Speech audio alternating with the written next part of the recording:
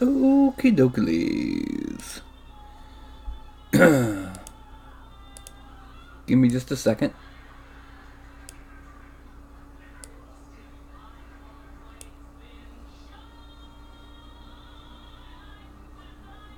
Okay, there we go. Welcome if you're watching this on YouTube after the fact. Down here. Yeah, there's the whole subscribe, like, hit the bell icon to be notified when I come on 5 minutes early like I did tonight. And we're sponsored by Anycubic. Yay. Magical miniature making machine. And hello, Danny! I think you're the only one in here besides me right now. It kind of takes a few minutes for people to drift in, you know. Especially when I start early because people tend to forget the little bell icon. So, tonight, we're doing something with Danny H., the man behind the 3D printed tabletop. Oh dear, I just realized I forgot to do something.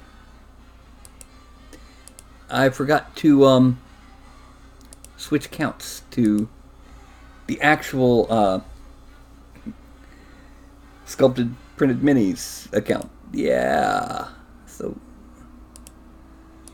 we got a pop-out chat. Yeah. Whee. Okay, there we go. That's better. And all of a sudden I also have all these notifications from the subscribers from just since this afternoon. Yay. Okay, so tonight we're going to be doing a file for him. And to be exact, that file is going to be, let me find that picture, this. Well, not this exactly. Simply because, you know, we don't want to deal anything with copyright. This is just the primary inspiration for what we're sculpting. Okay? So, while we're preparing, Danny, do you know what kind of base you want? Because, you know, I have these guys, but I also have these guys.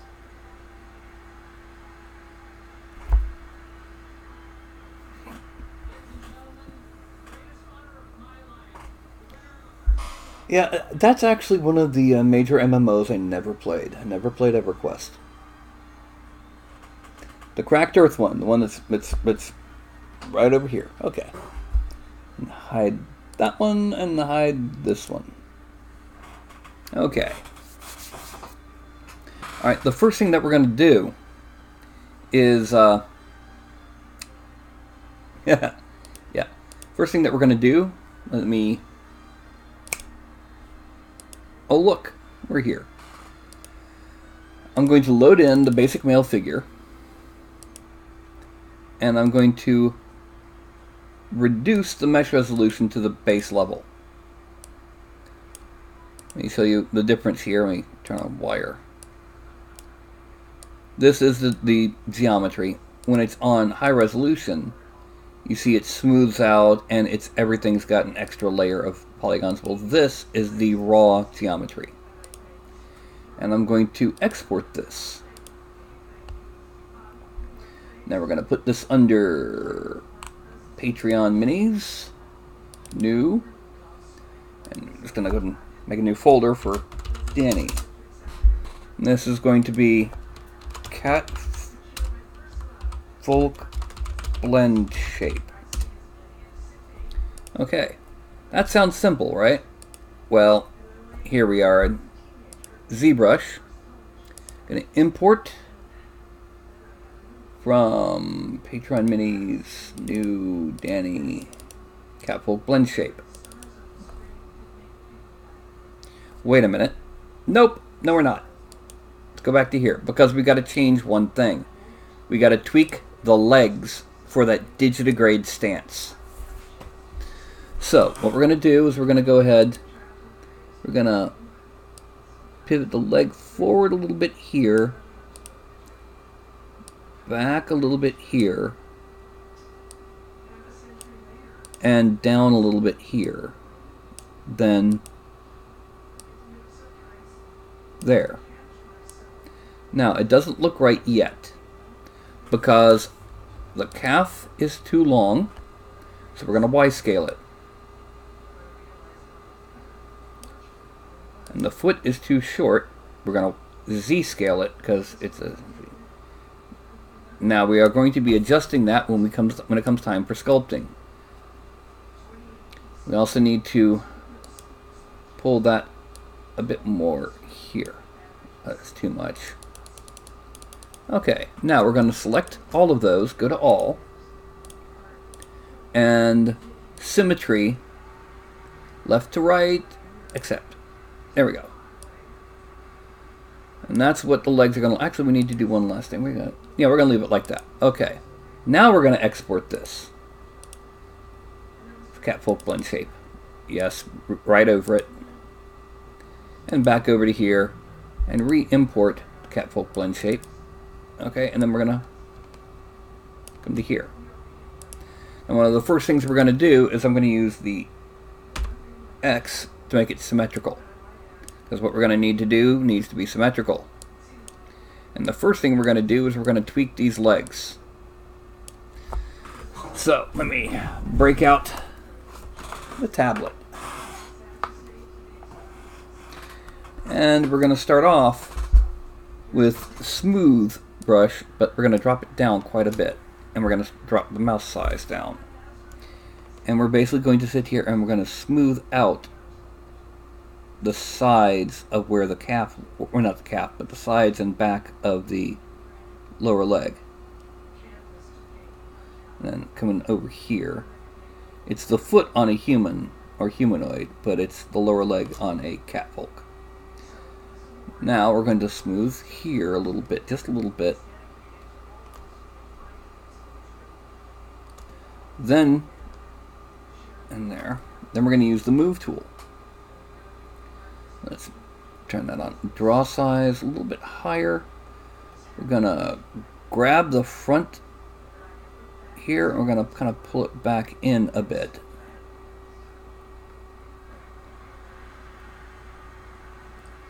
We're also going to make the toe a little bit wider and not as stunted as a human toe is.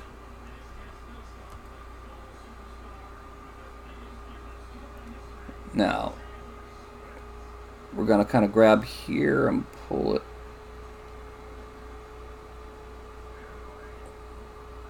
And shrink this down a bit. No, cats do have that little bone that comes out like that.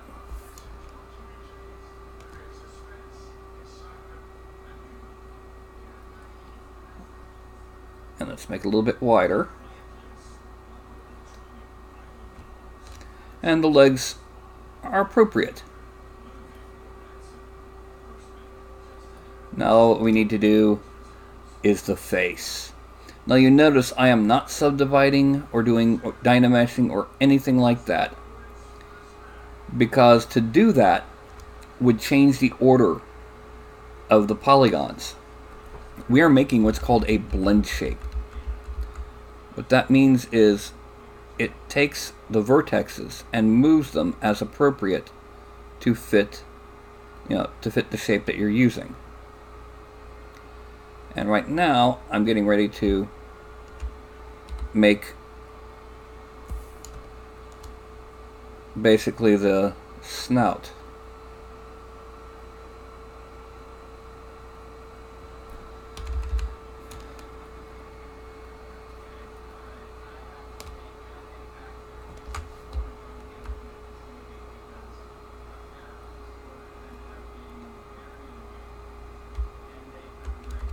Okay, now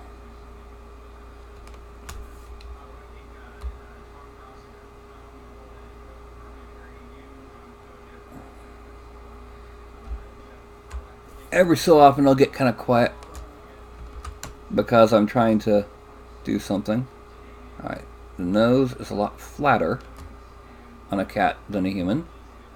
And now we're going to grab the whole thing and drag it up to better fit a cat-like shape. Now the front of a cat's snout is actually flat, so we gotta kind of, or relatively flat.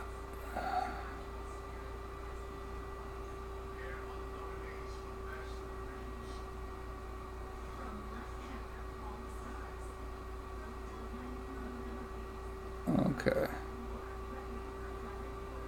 And getting a little bit too much there, so just tone it down a bit. And then we're going to use the slash brush.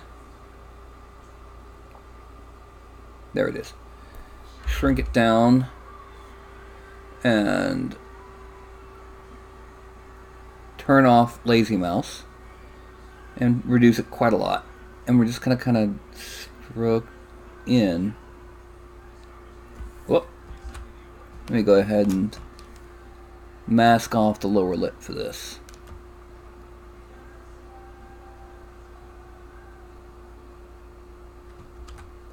Correction, lower lip and most of the back of the head. Okay, now.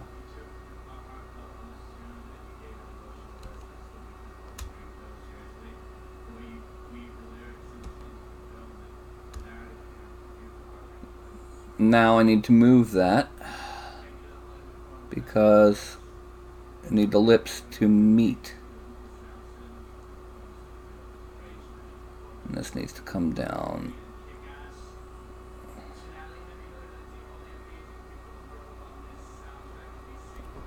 Okay, that's the snout. Now we need to work on the upper head. So one thing we need to do is we need to pull this back a bit. We also need to kind of grab the whole front of the head here and slope it just a little.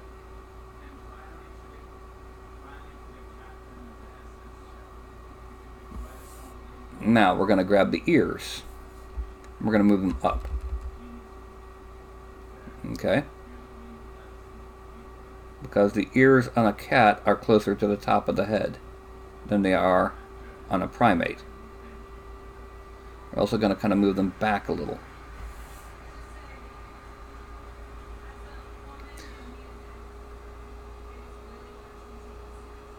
So, hey, Mark. Now what we need to do is kind of smooth out here. And then we're going to move it like this. And then back. Again, because cats' ears are closer to the top of their head than they are on a primate. We're gonna smooth it a little bit, but then we're gonna go ahead and shrink this down, go to inflate. And we're gonna inflate where it meets the head because it was starting to have problems, and at the very least just a little bit down here just to make sure it doesn't become unprintably thin. Okay. And then we're also going to flatten out the forehead a bit more to make it look a little bit less of a domed human-like shape and more of a feline shape.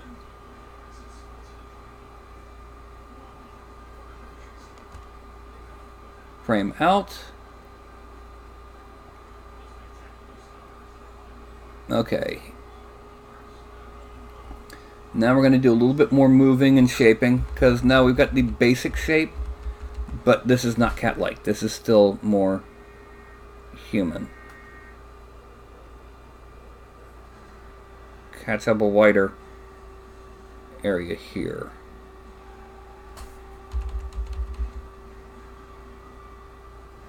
We're also going to kind of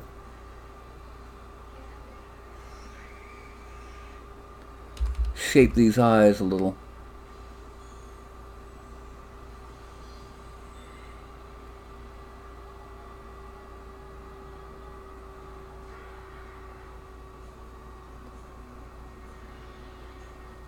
And Okay, this is a little sharp right here, so let's just ever so slightly, just a tap on it to kind of reduce the sharpness. Yeah, there we go. So, acknowledging that he does not have a tail right now, what do you think so far of this catfolk? There's one last thing we need to do.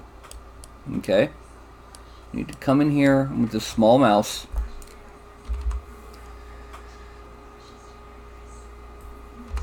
We need to smooth out where the mouth is. And inflate the lips. Then we need to move this back. And then smooth that.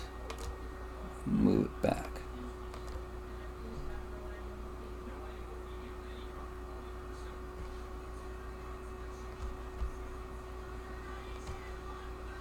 And now move it out.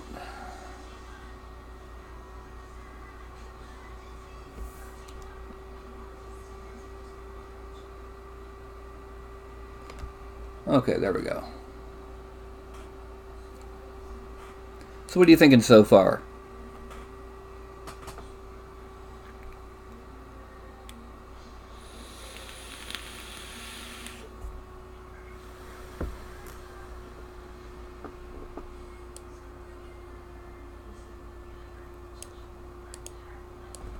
Well, the thing is, if I really wanted reference, where did I put it? Oh yeah, right here. See this? This right here? This is the Cyclopedia Anatomicae. It's got your basic anatomical artwork. You know, like bone structure, muscle layout, basic shape, and so on and so forth. Let's see what all's in here, shall we? Humans with extreme detail. And horse, dog, cat, pig, ape, sheep, bear, deer, cow, camel, and lion. And this is an artist's anatomy book. So it's got all the important stuff that would be, that an artist would need to know. We don't need to know about the pancreas. But bony landmarks like the cheekbones, the orbital floor, the brow ridge, that kind of thing. Yeah, so now what we're going to do, we're going to do one other thing. We're going to come down here and we're going to smooth this just a little bit because it was starting to deform from the shape. Okay, we frame back out. Now, I'm going to export this, and it's just going to save over top of itself. Save. Yes, I want to replace it. Okay, now... Oh, forgot to switch back. Yeah, sorry about that.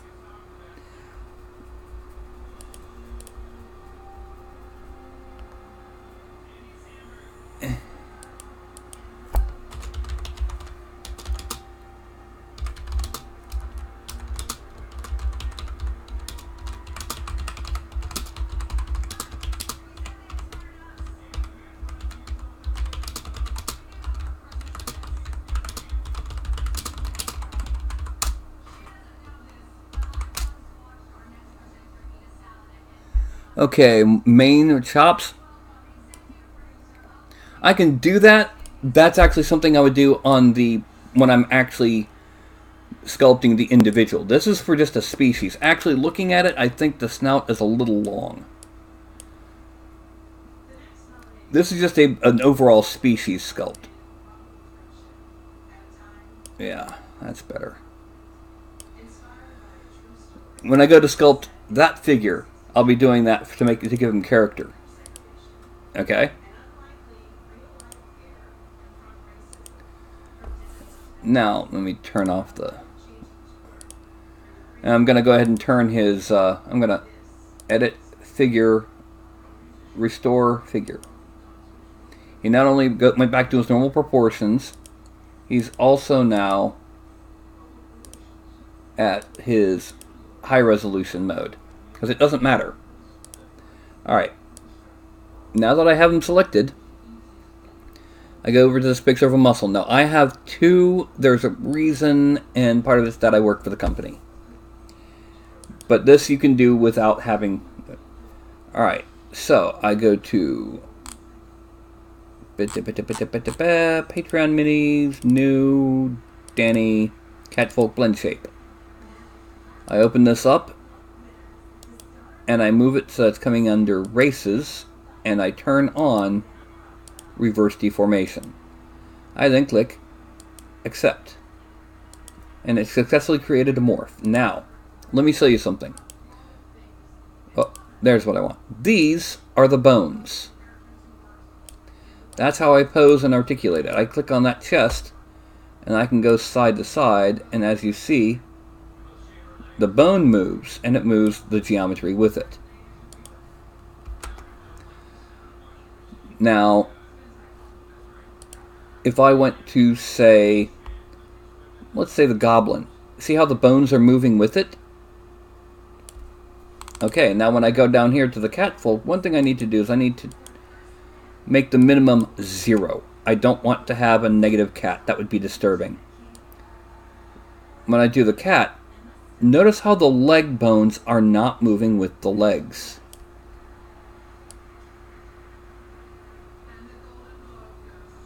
Okay, so what I have to do then is I go into Tool Settings with the bones selected.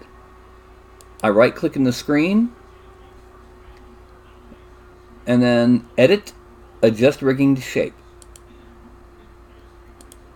Accept. And there we go. It moved the legs to fit how I had it.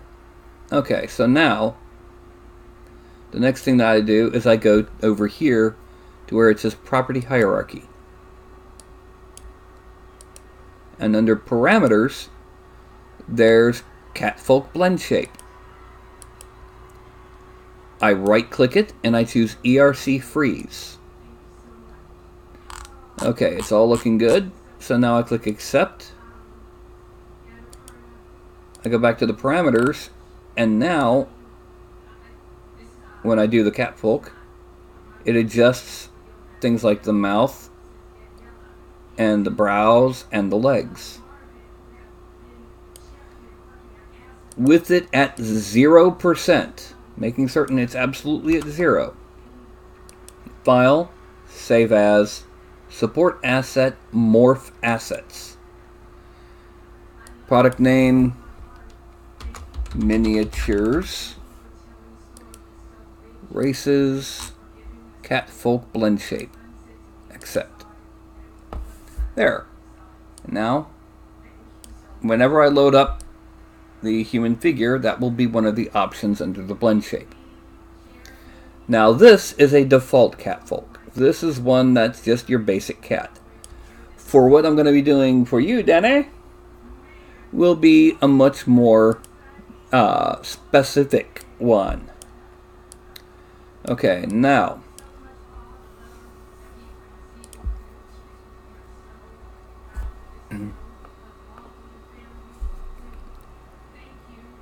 yes, he is Ice Wolf. Look down here.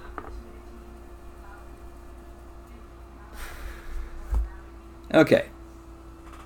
Now the next thing we have to do for this figure is he needs a different kind of weapon than is normal.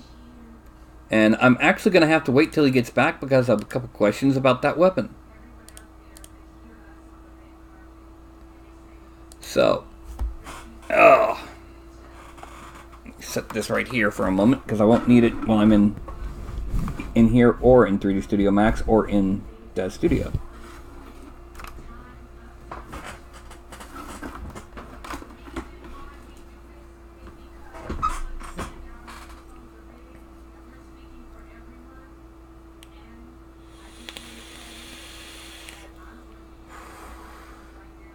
Basically, I need to find out if he wants these to be daggers, or short swords, or arming sword. Guess that's a clue. This Viking broadsword is about the size of an arming sword. It might be a little large, but not tremendously so. This is my anti-theft device. Okay, that's okay. I need to know about the blades. Do you want those blades to be dagger, short sword, arming swords? They're obviously not long swords. These are basically what size you want. Yeah, sword how big?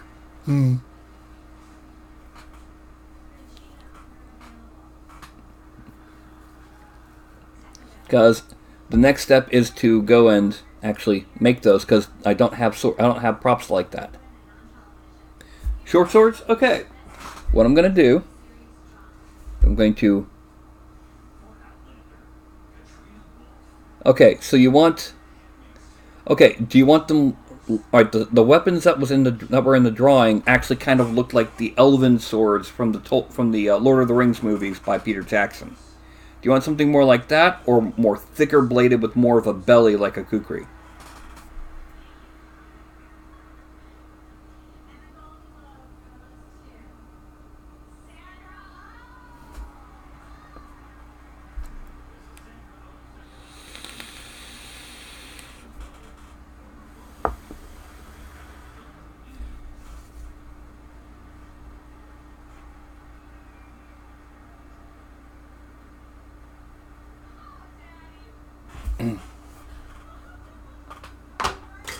Because really and truly, the basic shape of what's in that drawing is pretty easy, pretty simple.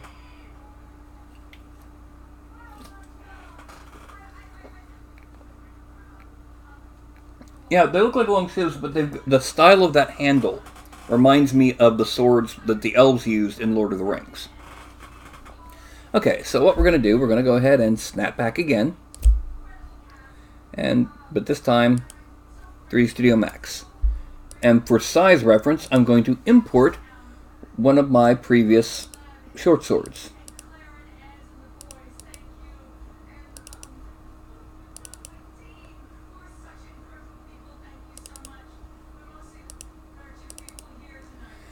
Okay, short sword, right hand.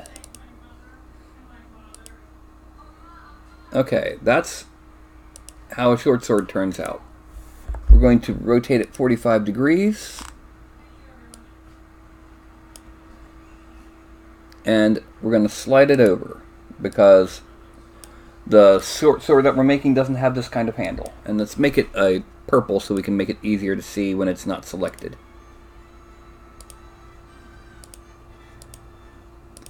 Okay. Now we're going to hide the human. Okay, so next thing we do is we start with a cylinder. It's going to have 3 height segments, 2 cap segments, and 8 sides. And we're going to just make it not quite that big.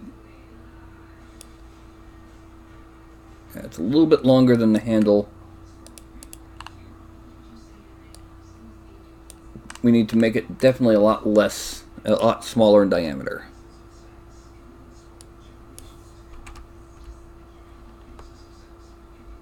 Let's make that 0.85. Yeah. Okay. Now, the next thing that we're going to do is we're going to make sure that it's in the right spot. It needs to be at negative 13.228 and at 15.999. Okay, that's the right spot for it to be so that we can properly place it in the hands. Alright, now the next thing that we're going to do, we're going to convert it to an edible poly. We're then going to rotate the bottom and scale only X and Y. We're not going to make it too much thicker. Pull it back over. And now we're going to make it scale the whole back end. And make it a little bit longer. We're going to do something similar on this side, but not quite as extreme.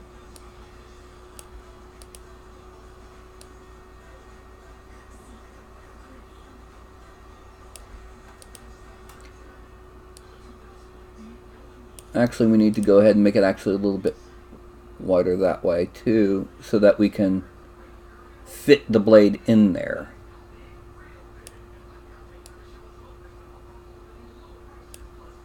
Okay, then we're going to extend that.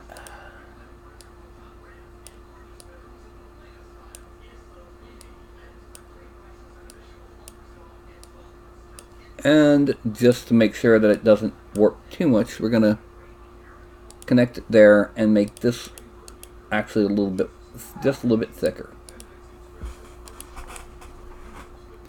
So, going to convert this, we're going to make it brown, just to make it brown. And we are going to select the edges and loop. Then we're going to chamfer them at 0.01. Now when we mesh smooth it, 1, 2, actually I know something that'll make it look even a little bit cooler. We're going to take this, we're going to go to bend.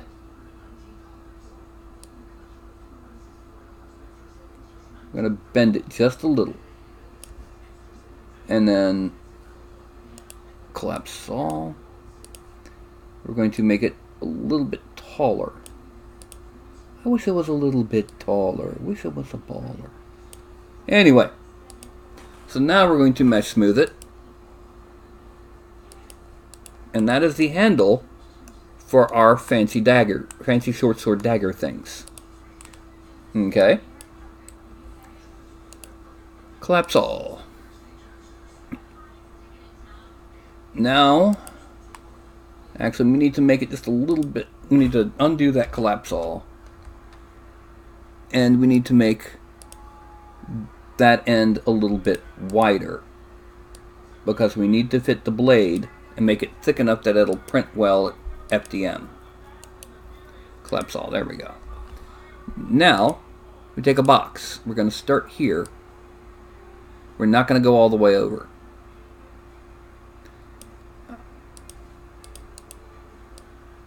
And we're going to place it there, just for right now, so that we can get our height correct.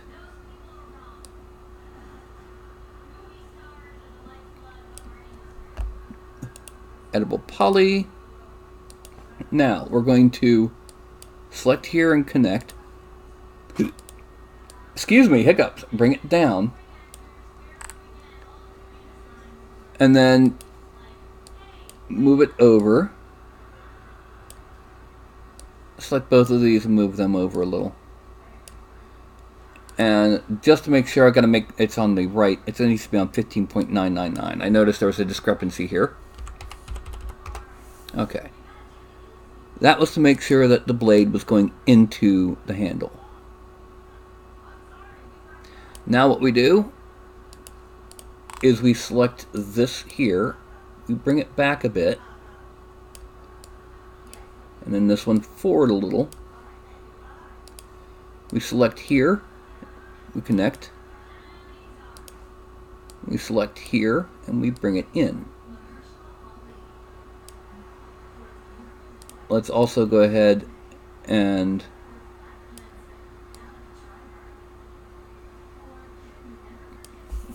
now let's keep the back of it straight. It'll give it more belly and a bit nicer shape. Now we select. We don't want that one selected. This will become the edge. We extrude, local normal, and we shrink that a whole boatload. Okay. Now we bring this into here, and this down here, but just to make sure that we're keeping this back flat. Okay, that's at negative 11.658. So this needs to be at negative 11.658. There, that moved it over just a tad. Now, with that edge selected, we're going to scale it on the Y to 1%. Okay. We're then going to rotate it just a little bit this way for a reason. And then we're going to bend back.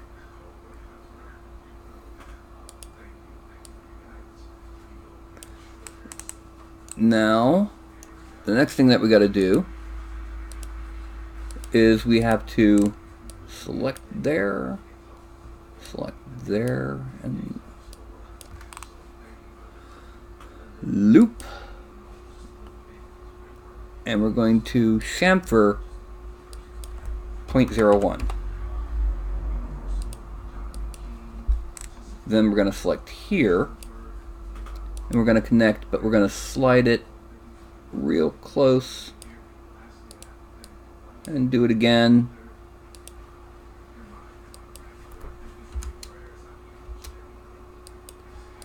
Now, when we mesh smooth it,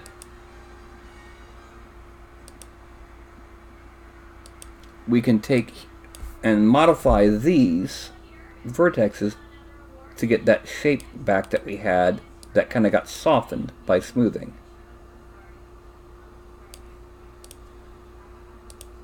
And let's make this blue just because it's more metallic looking. Okay, so what do you think of this shape? What kind of differences do you want to make with it?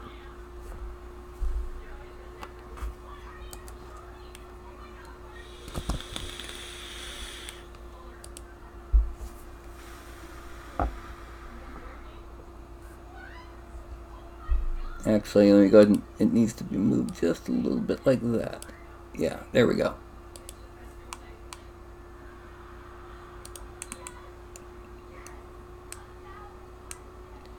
We could shorten it if it's too long.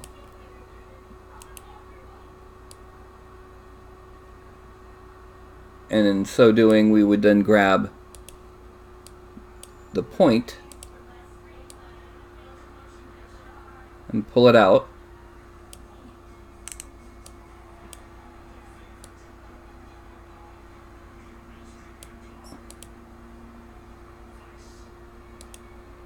We can adjust the shape pretty easily while we're here. Next to a body. Okay, just remember, weapons are out of proportion to bodies.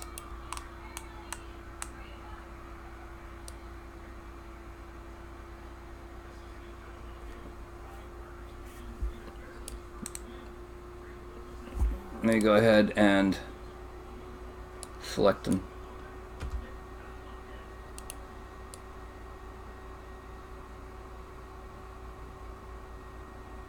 I think I need to move the whole thing forward so that his hand is in, yeah, right there.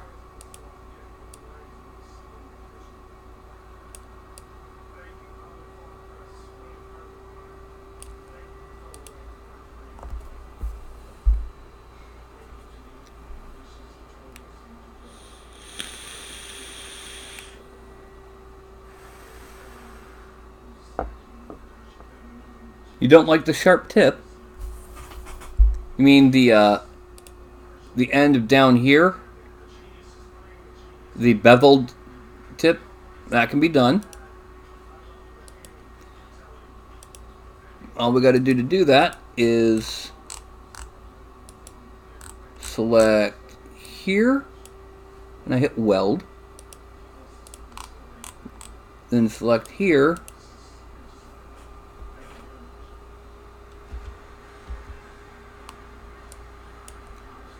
weld here, and weld here.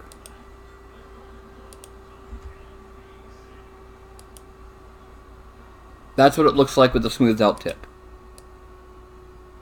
Again, we can take it and we can grab here and give it more belly. It's still rounded, but it's got more belly.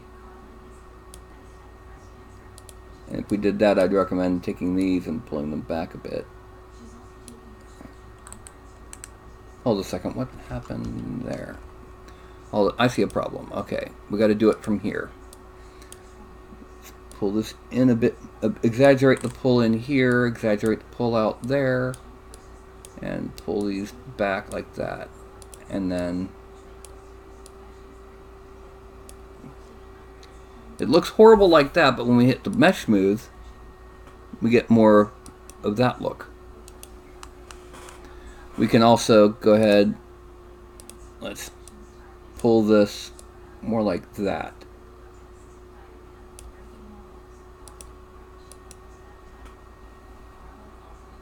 So how's that?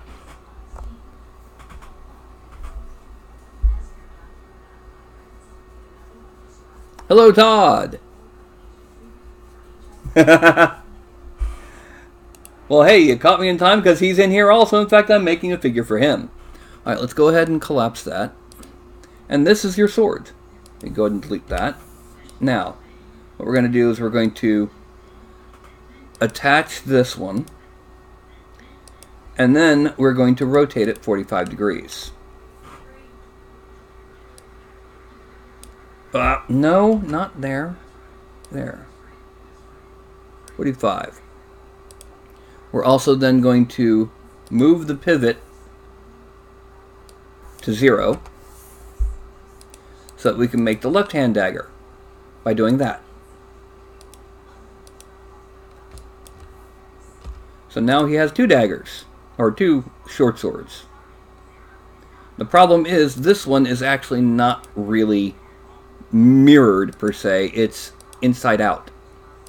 So now I have to flip the normals on it. Okay, now let's hide the frozen body. This one, file, export selected, and we're going to put this one, no, there. We're going to put it in the props, super fantasy weapons.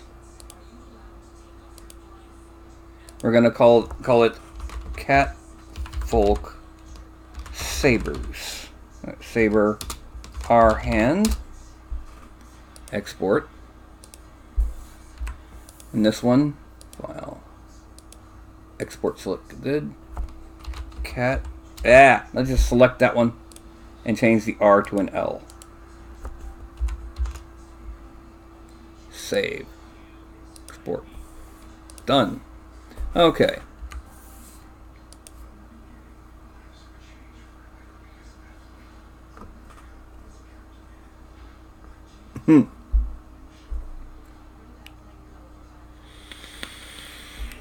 Now we go back here.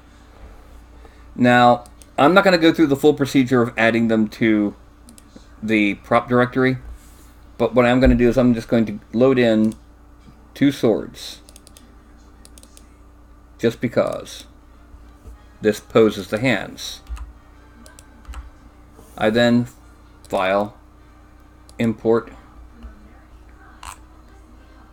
props, super fantasy weapons, Cat Folk Saber left hand, and I drag that onto the left hand, and file, import, Cat Folk Saber right hand, accept, and I drag that onto the right hand. Okay. So, what pose do you want, Danny? Do you want one similar to the one before, in which case his other dagger is going to go onto his back and I'll sculpt out a scabbard for it? Or do you want him in a combat pose with both ready? What sort of pose do you want?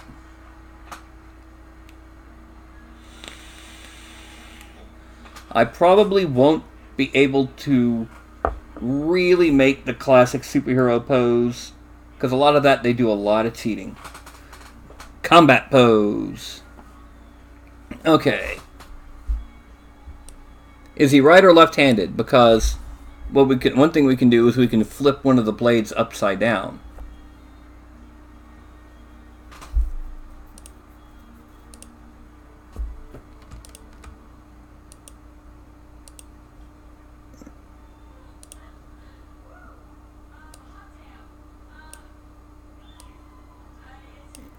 Mm-hmm.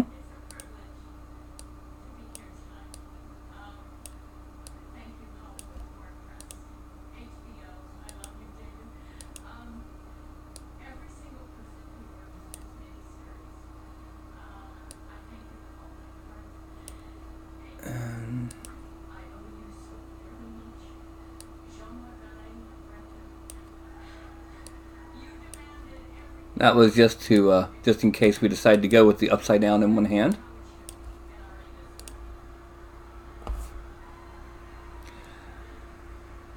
I actually think that both of the blades reversed is not an effective combat style.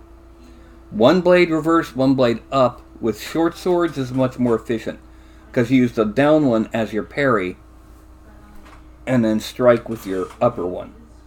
Because I mean, these aren't daggers; these are These are swords, and those you really need to be attacking out instead of up. Okay, so what we're going to do here is parameters Y rotate 180, pop, and then Z rotate 90. Yeah, there we go. He's got his left hand pointing down. Actually, we need to go ahead and drag it down a little bit like that.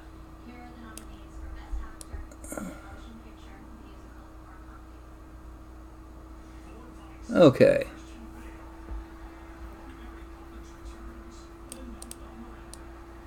Now,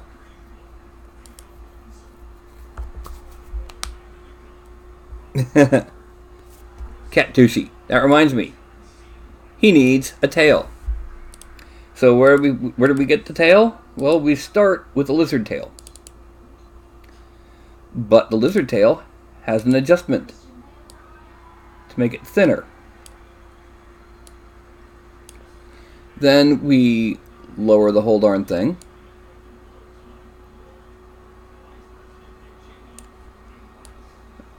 Oops, nope. There we go. Lower it down. And actually, let's go ahead and take that thinner. Let's turn off limits. So I can make it a little bit thinner. And I can thicken out the end when it comes time. It's also a little long. Yes, I'll be thickening out the end. It's a little long, so what we're going to do is we're going to expand from selected. And select all of the segments and Z-scale to shorten them. That's a bit more cat-like. Okay. And also, just to emphasize how I need to thicken it, we're going to thicken it that way and thicken it that way. There we go. It's less pointed. It's more cat-like. But we do need to go ahead and bend it down just a little. It's going to be the X. So there. And we're going to parent the tail to the hip. Okay. Now it's pose time. Okay, what kind of pose do you want, Danny? In the combat pose, do you have any idea? Like, is he more defensive? Is he going on the offensive? Is he dodging? Is he parrying?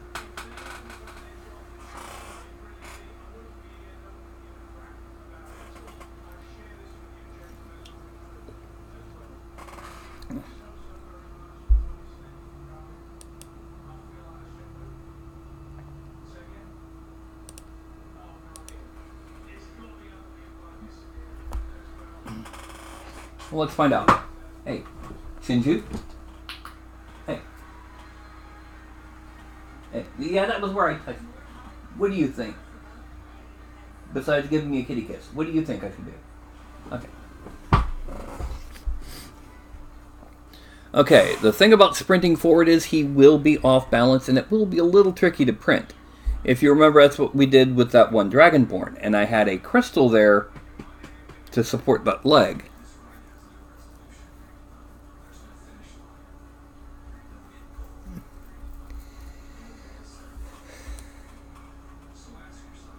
I wonder what would happen if I took that and X-scaled it. Ah! That's a bit too much.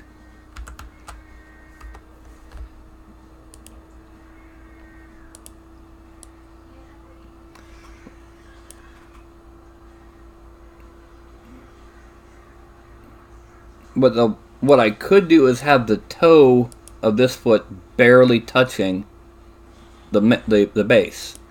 And since we're going to have a rather wide stance, we need to go ahead and come up here into bases and import that cracked earth base you said you wanted.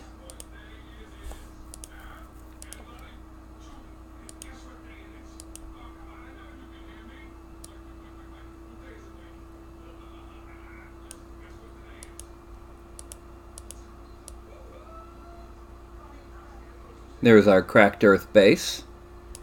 And just as an example, I've recently printed one with cracked earth base, didn't I? I thought I had just printed one with cracked earth base. Oh well. Anyway.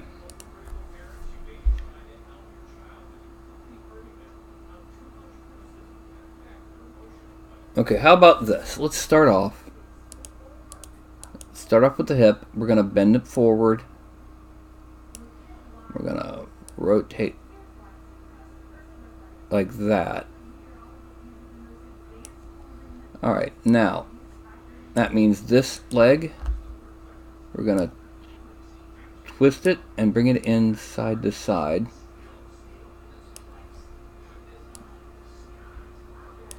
And then we're going to translate him back a little. And hit Control D to put them up on. Let's bend these toes a bit more.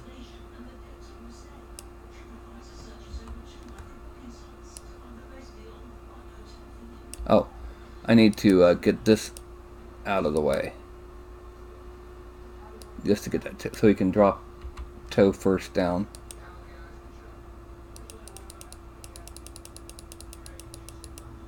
Okay. Bend this leg forward, side to side a little bit that way, twist it that way.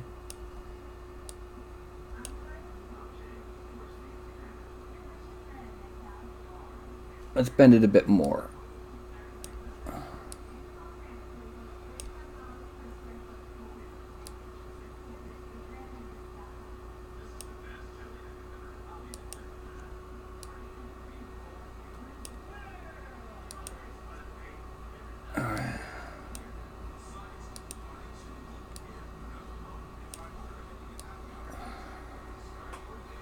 Now let's go ahead and plant that one by pin translation and pin rotation. We're going to grab the hip here.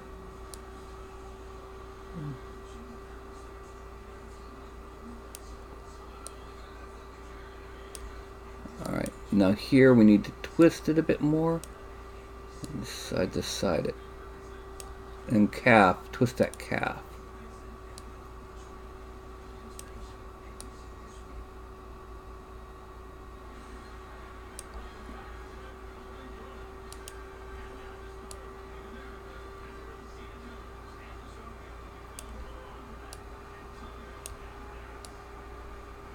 There we go. So what do you think of this so far? Now we've got the problem of he's got very little connection on that base.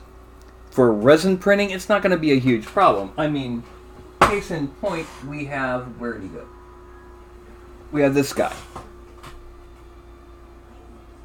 You know, but he's a bit heavier, but he doesn't have as long of an issue. I mean, yeah.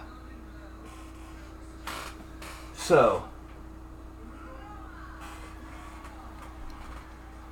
if the right leg is back, the right arm is forward. Well, no. Let's select both those. We're going to rotate them both that way. We're also going to bend the abdomen a little bit more forward and the chest a little bit more back. We're also going to side to side the abdomen, because you never have the hips and shoulders parallel to each other or parallel to the ground. Twist the shoulder, bend it up a little bit and a little forward. Bend it forward a little bit.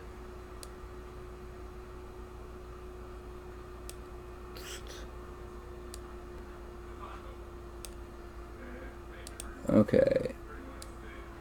Bend it and twist. Okay, and then we're just going to side to side the hand so that it's more of a slashing charge.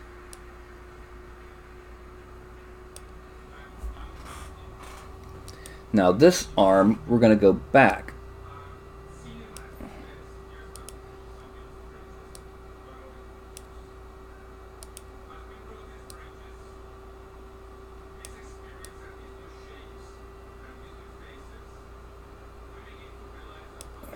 And we're going to bend the hand in.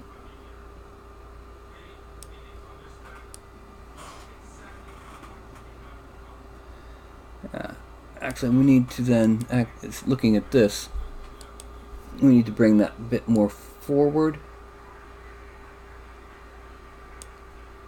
And we need to rotate the forearm a bit more. Yeah, there we go. Now we're going to lean the neck kind of that way a little.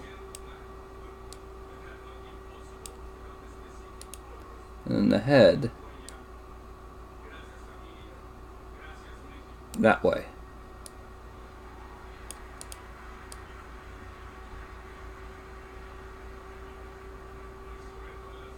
And we haven't even started to pose the tail yet.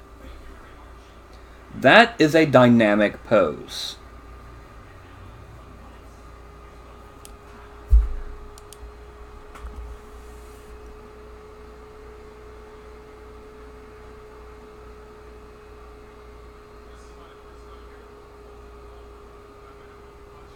Okay.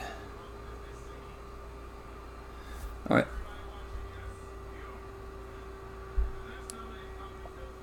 So we're going to go ahead and undo that Z-scale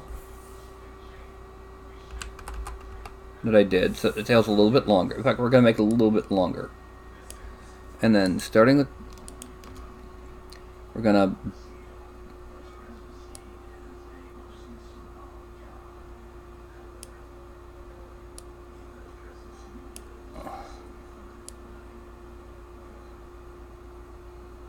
okay, kind of like that.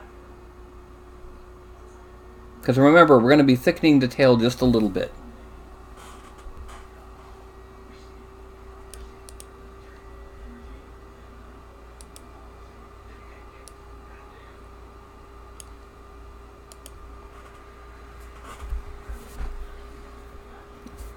Okay, so do you want him slashing from the side instead of down?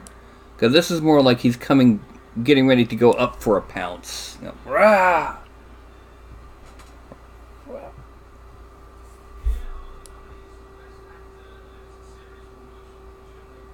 Also, should we make his mouth open or closed? Leave it closed? Hello, William!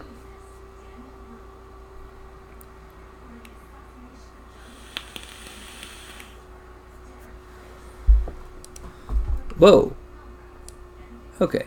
Alright, how about this?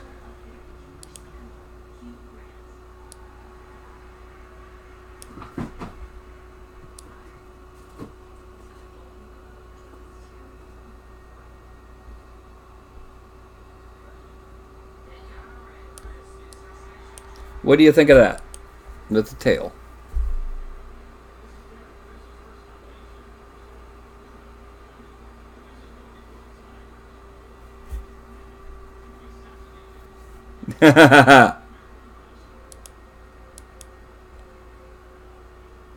Well,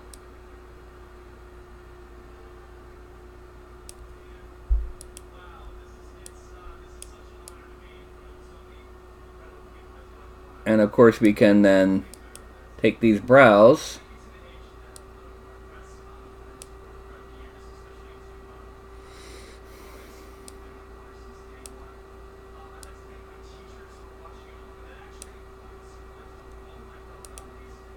symmetry right to left.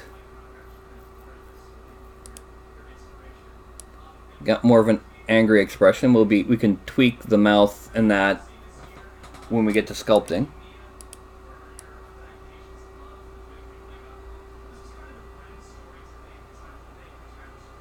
Do you want a different position for the left hand?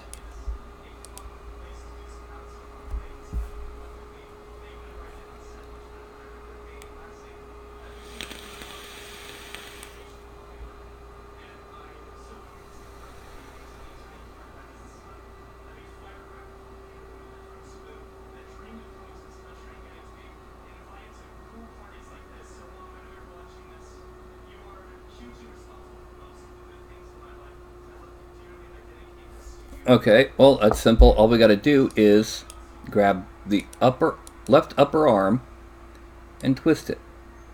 And then unbend the forearm a bit and twist it. Untwist it. Then unbend the hand.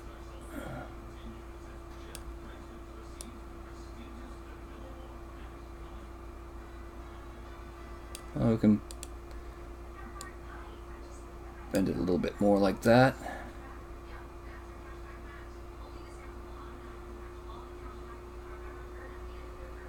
So that is our current pose.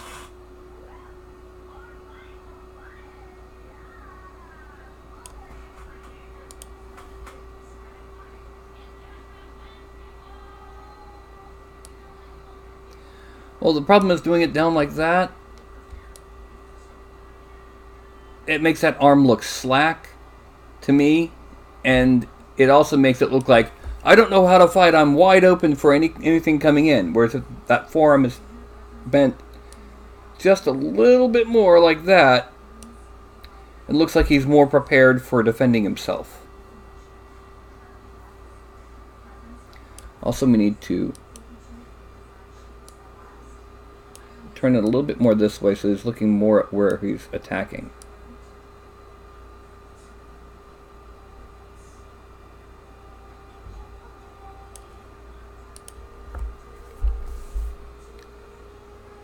Okay. Now, if you're familiar with the term lines of motion, we have a few different lines of motions happening here. And the angle of view will change where those lines of motions are.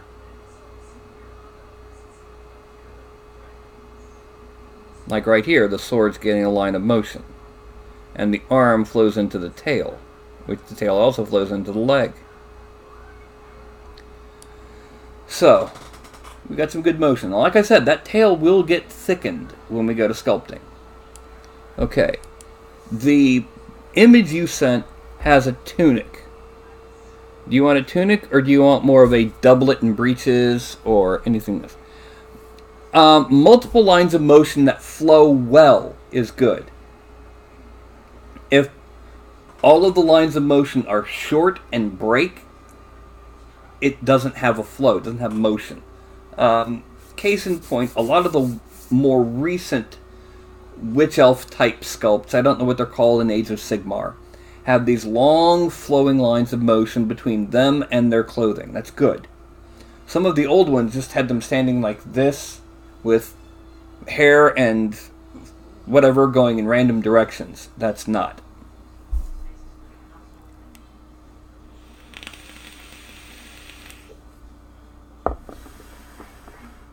And Todd, I don't know what you mean by U-shaped instead of N-shaped.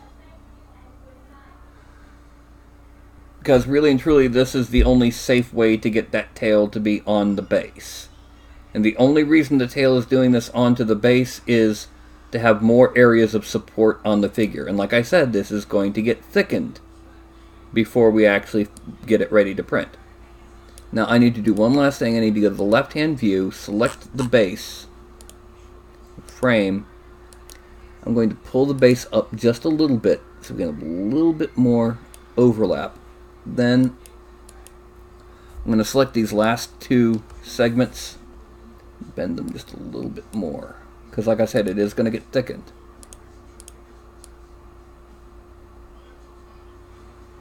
And if worst comes to worst, I can just grab it and bend it down. Okay, you want a cloak too? Okay. Well, guess what? I have a cloak. The only problem is it doesn't seem to like you. Let me go to parameters, cloak.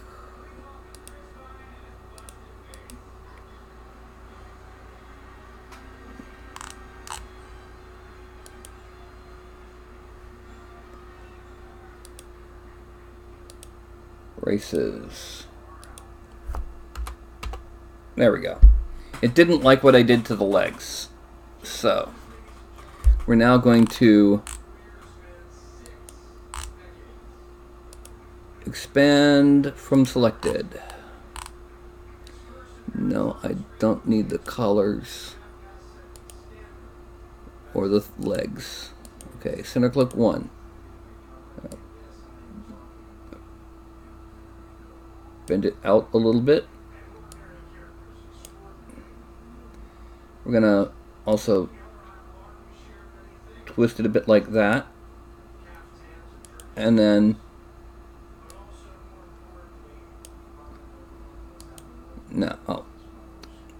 we need left cape 2. That's the down one.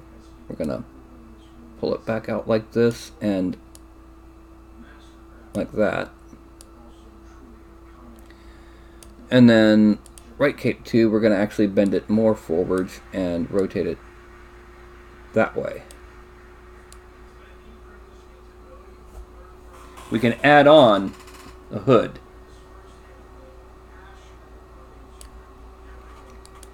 What about the tunic?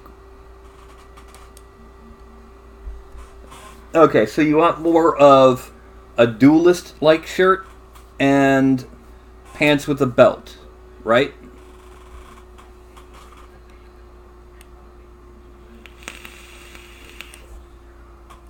Robert, were you the one I was talking to through about the MWR contest?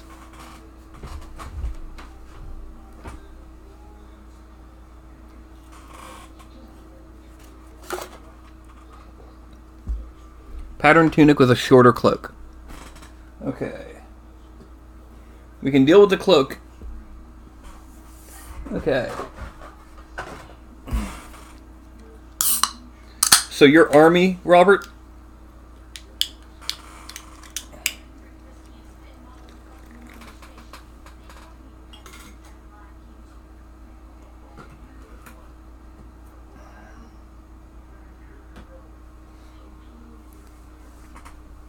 Okay. I know you know this joke, but I am legally obligated to tell it. So Fort Gordon, down in Georgia, is an army base. Actually has a few Marines on it. And one day there was a battalion out for an entire battalion run.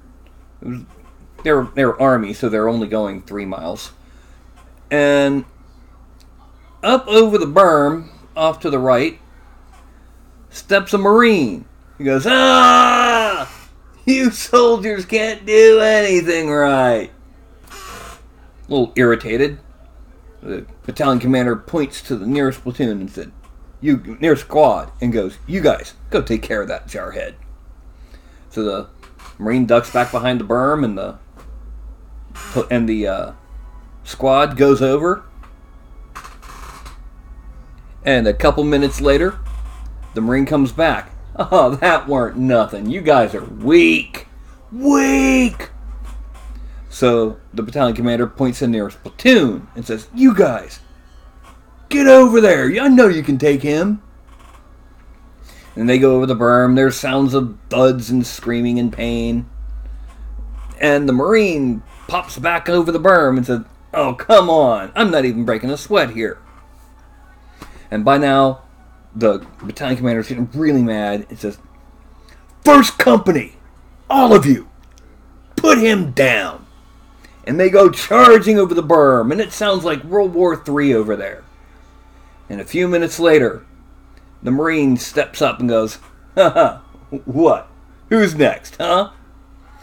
And right before the battalion commander can order the entire battalion to charge over the berm at the Marine, one lone soldier pokes his head up and says, "Sir, it's a trap. There's two of them."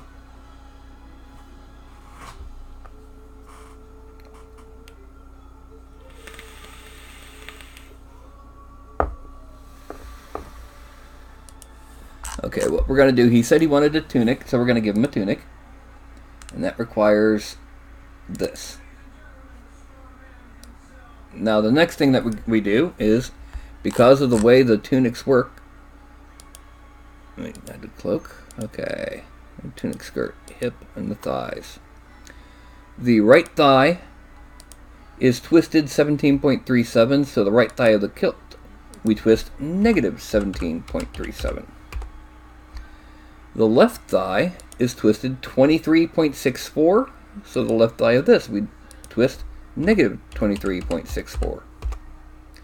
And if you'll notice, this means it now has a lot smoother blend. Okay. Now we're gonna hide the cloak and the skirt and the base. Then we're gonna hide the sabers and the tail. This is our basic mesh.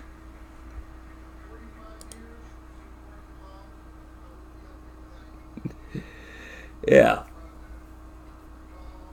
So, file, export, and this is going to be CF body. Accept. We then hide it. The way DAD Studio works, you have to hide what you don't want to export. Now, file, export, CF swords, as opposed to PF Chang's, which is a moderately decent restaurant. Not great, but moderately decent. And file, export, CF tail,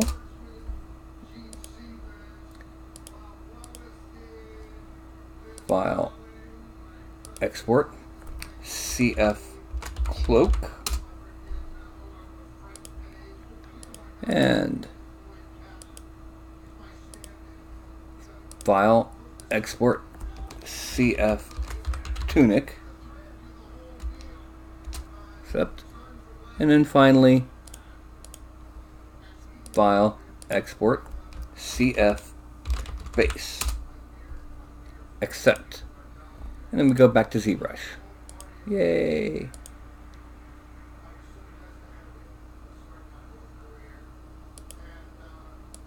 Pricey? What's pricey? Okay, we're gonna import CF body.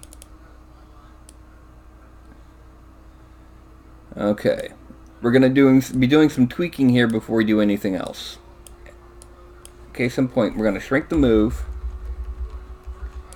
and we're gonna turn off X because we don't need it, and we're gonna move the mouth down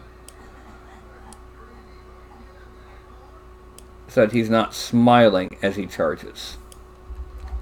Next, we're going to smooth out the inner mouth because we need this to be more flattened out.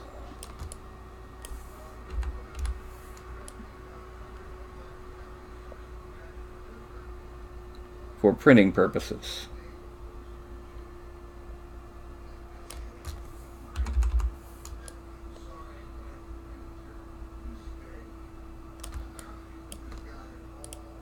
Meanwhile, apparently Jeff Bridges just got a Lifetime Achievement Award in the Golden Globes, if you're interested in any of that stuff. I'm occasionally interested in the Oscars, but the Golden Globes are press, so the Hollywood Foreign Press. Alright, now we also need to smooth out the chest a little.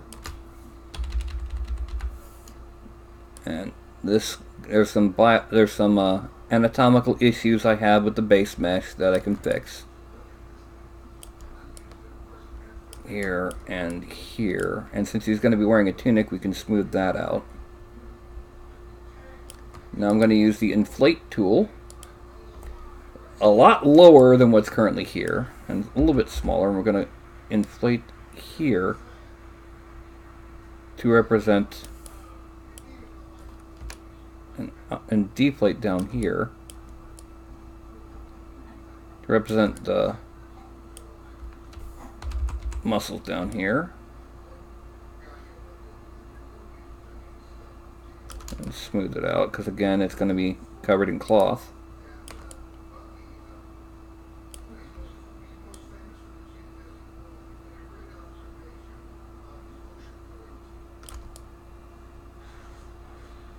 Okay. Then here, pulling down this to make those muscles. Again, it'll be covered with the cloth, so we don't need to be too worried about it.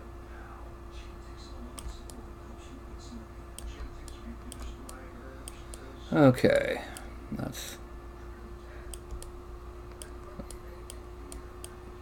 frame out. Okay, frame out again.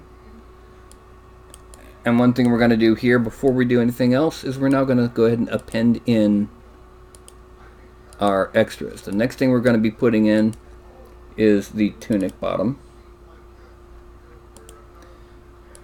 Then we're going to be putting in the tail, because these will be fused to the body before anything else. Then we get to the props for all intents and purposes. The cloak,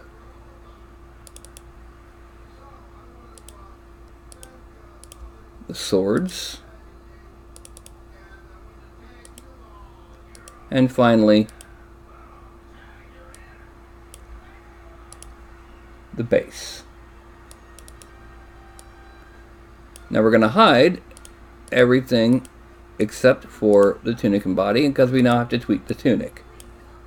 With the move brush, make it a little bit bigger.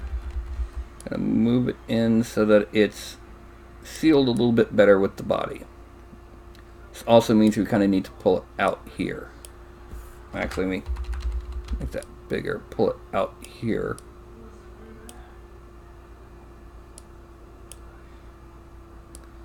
Okay.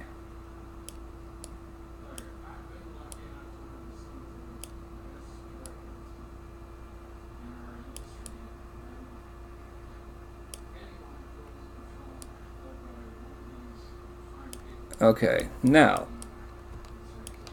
next thing we do is we have to fuse this together. And the way we do this is we merge down.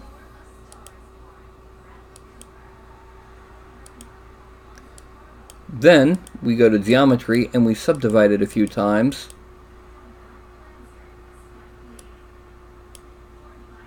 Okay. And we Dynamesh at 768. Under resolution. Dynamesh. Bing. Okay. Now we shrink this.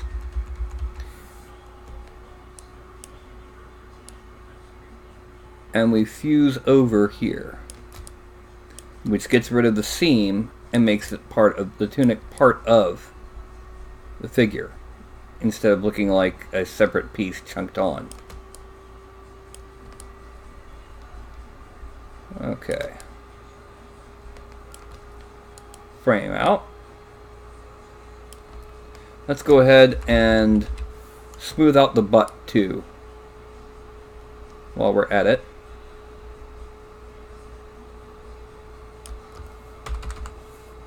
And there we go.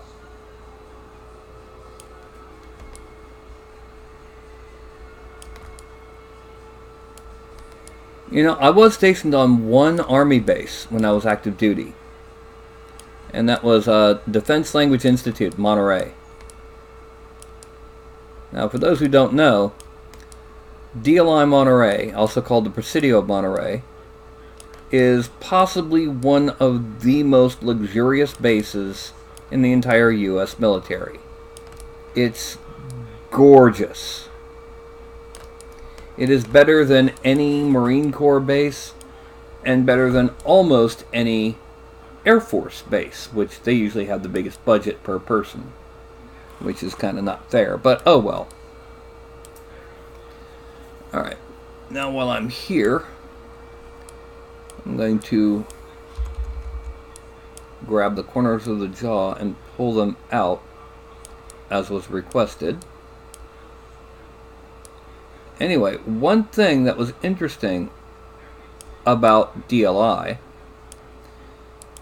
despite being, you know, like I said, one of the best bases, one of the most luxurious bases in the U.S. military,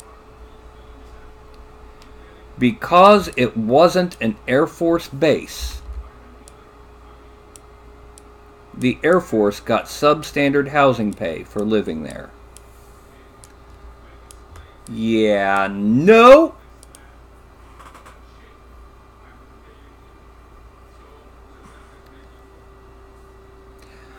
Can't send me any soju.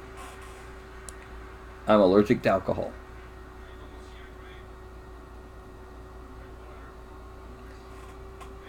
Anyway, so here's our buddy. We're gonna smooth out the backs of the back legs again a little bit.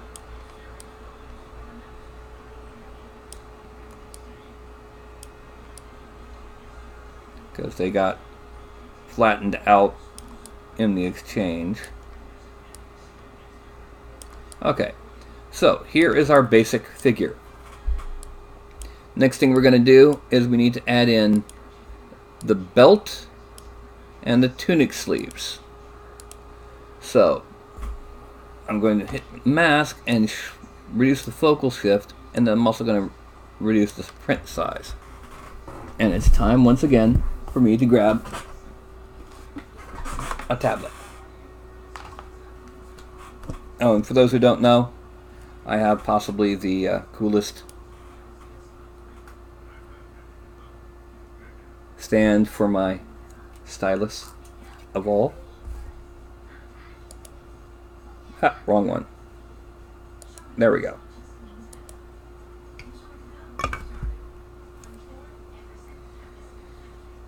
Okay, so now back into ZBrush. Now the way I handle this for the belt, I'm going to draw it on as a line coming up and around this way. Now it's going to come back around this way. And I really should go ahead and turn on Lazy Mouse for this because it's getting a little raggedy.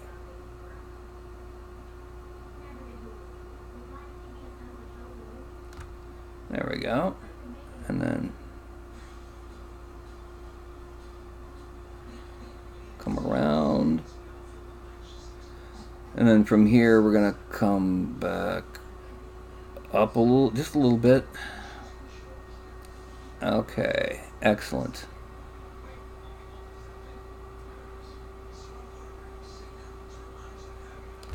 Now, I have masked off an area at the waist. We're going to come down here Under Subtool, Extract. That's a bit too thick.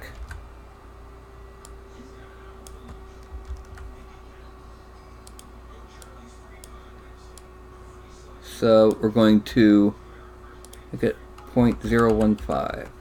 Also, let's go ahead and do this. Let's go to Masking. Grow, Grow, Sharpen.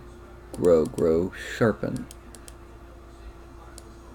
And now we'll extract it. Accept. And then we draw to get rid of the shading, the masking. We draw to get rid of the masking. Now down here, geometry, we're going to dynamesh it at 256. Then we're going to zoom in, and with a smaller brush, we're going to smooth out here. Try and make it flatter.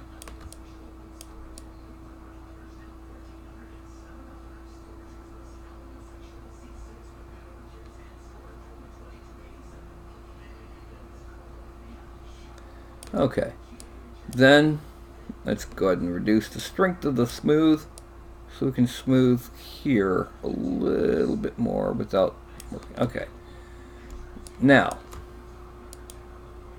we're going to subdivide the belt a couple times, just enough so that it's not very faceted. Delete lower, and then we're going to add on a buckle. Going to be a regular buckle because he's not some kind of rich elf guy. We're going to draw it here. Okay, that's not good. Need to change the depth. Okay.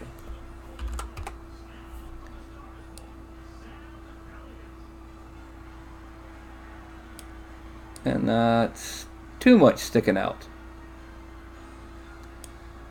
So we're going to reduce that to a 0.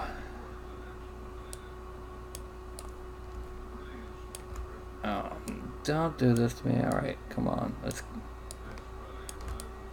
put it right here.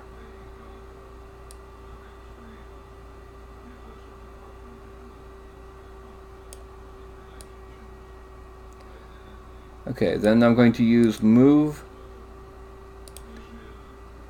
Well, first, let's go ahead and detach masked, or split masked.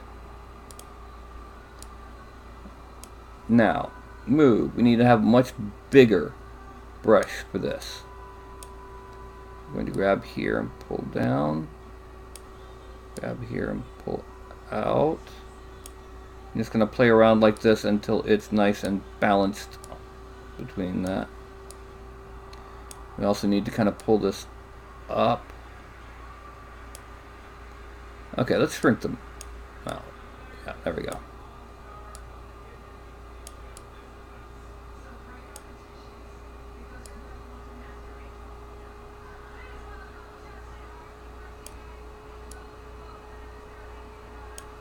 And then this needs to come out just a little.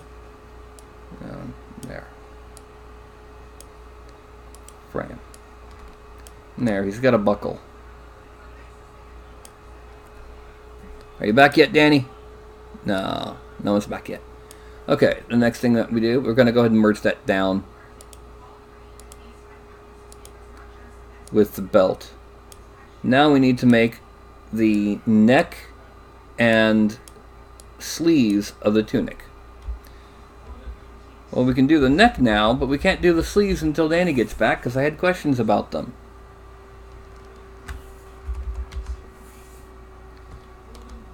Let me hide the mouth and head for this.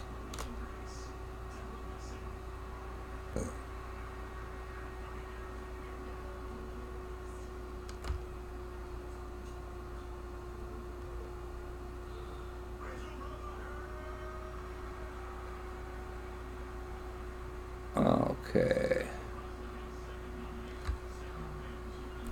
And we're going to turn off the lazy mouse for the shading, for the masking for now. And then we're just going to come in and give it another layer or two of overlap. Okay.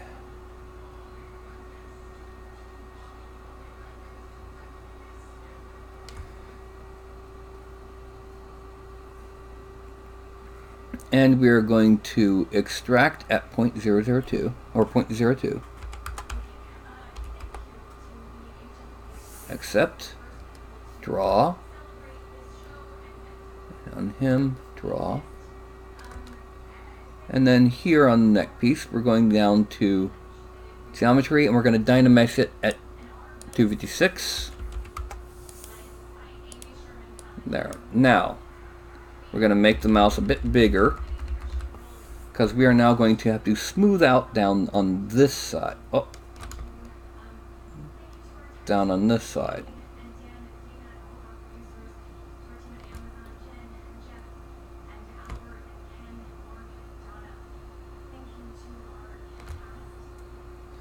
Then we make the mouse a little bit smaller, and we're going to further smooth it, because we're going to end up having to fuse this into the body, and so the closer it is to the body down here, the better.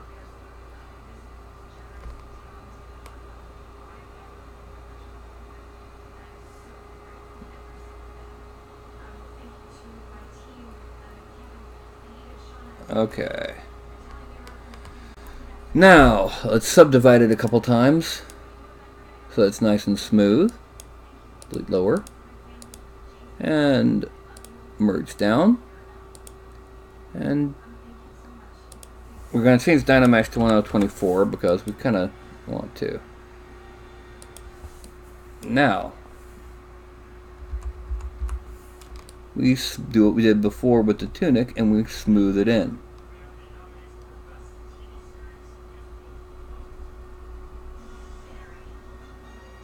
Okay, that'll be 1, 2, 3, 4, 5, 6, 7.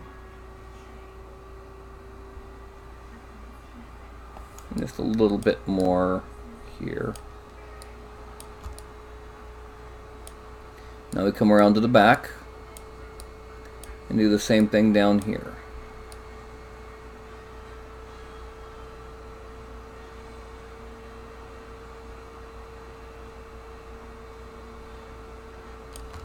One, 2, 3, 4, 5, 6, 7, 8, 9, 10.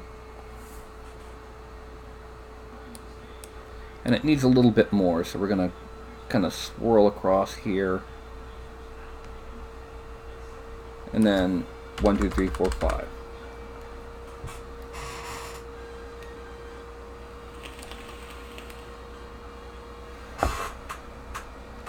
So we have the neckline for the tunic. We don't have the sleeves, and we don't have any of the rest.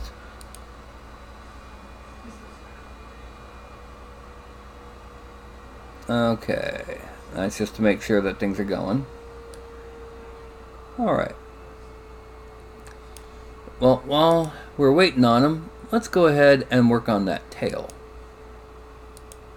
And in order to work on the tail, we have to have the base visible. Now what I'm going to do is I'm going to grab, and I'm going to get the inflate brush. I'm going to make it much larger, much weaker, because I want a lot more control than what would normally be found. Let's start off here. That's about the thickness I want the whole thing to end up being.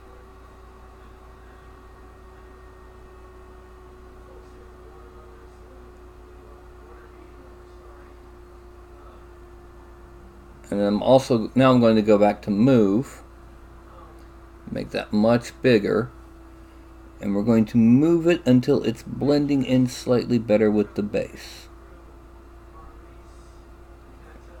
Okay. Now while it is here, we also need to go ahead and grab it and move it down below the belt.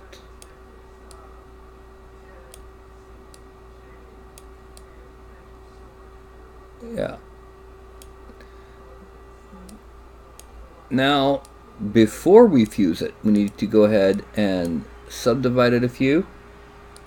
Because right now it's only 4,000 points. Delete lower.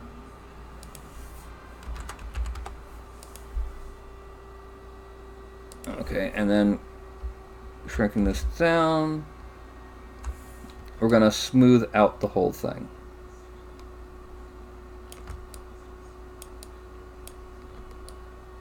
Okay. Now the next thing that we do, we bring the up a bit, and we're going to merge down, and hit that Dynamesh again.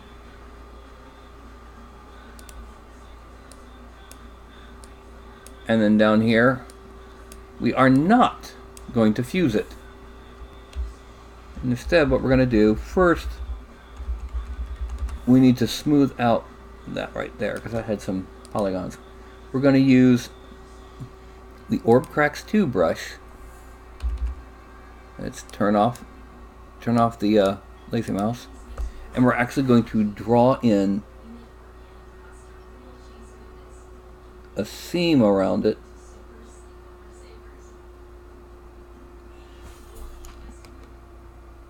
to represent literally a seam around it on the pants or on the tunic.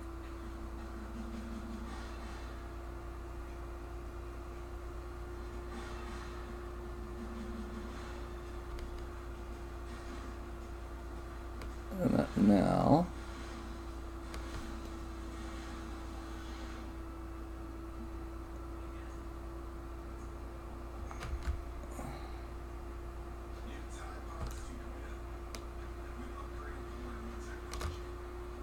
okay.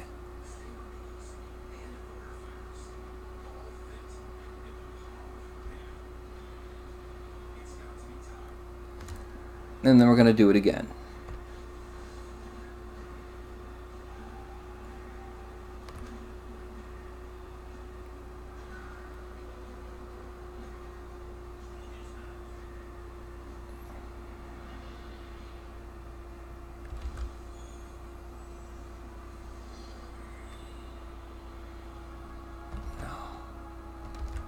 Alright.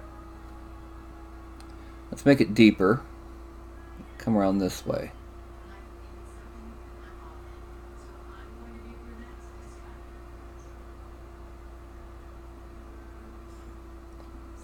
Okay, and then we're going to come from here.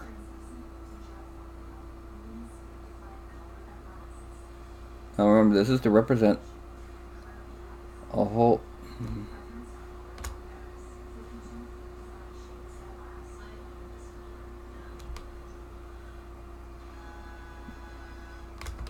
Actually, no, we don't want to do it with that. We want to use slash.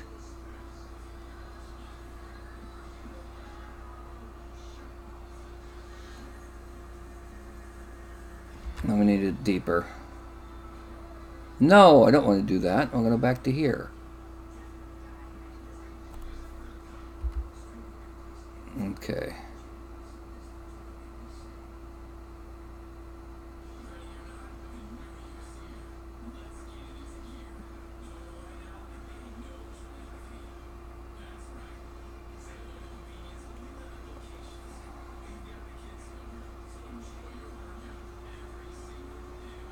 And there is our seam around the tail in the tunic.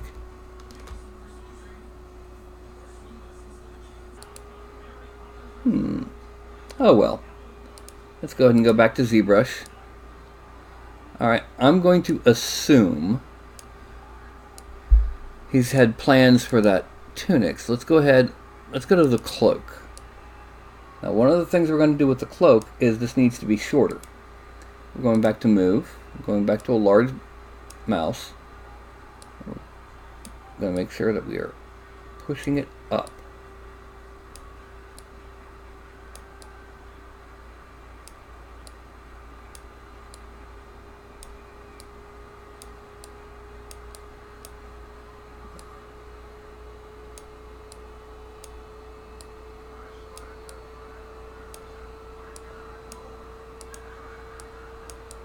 And pull it around, pull it up. So it's a shorter tunic. Yay. Then we're going to shrink it, the mouse that is, not the tunic, and kind of pull it out here.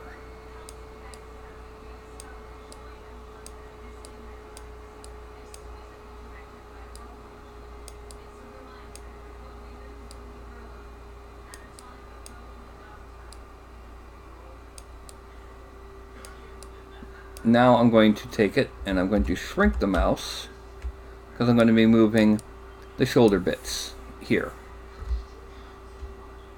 and pulling it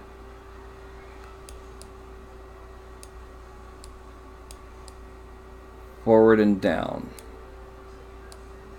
because this is going to be where it's going to actually connect. I'm going to do the same thing here.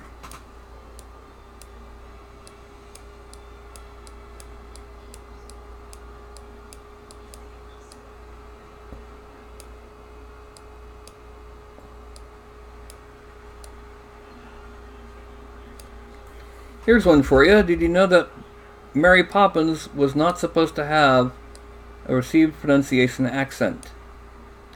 She was a nanny. She was supposed to have, according to the author, a Cockney accent. A mild one, but one. Because back in that day, nannies were usually not from the upper crust. They were from the Cockney. They were the commoners, quote unquote. Okay, now we're going to smooth that just a bit. And then pull it out again.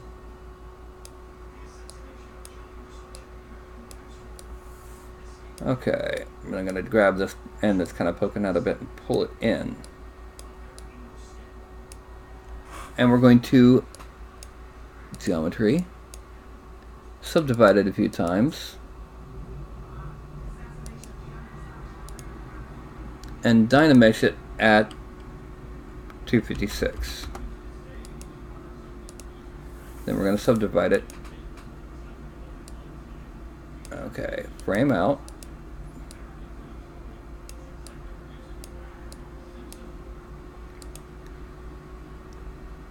I don't know if it's hooded. Oh, by the way, you might be interested to know that they come out great on resin. Paint just the base and the rim. I don't know if it's hooded. I need to ask him. I also need to ask him about the sleeves and about the boots. So for right now, let's go ahead and... Now, the swords need to get subdivided a couple times. And since we're waiting on Danny to get back, I'm going to go ahead and do the hands. Yes, they're hands, they're not paws. They've got manipulative digits.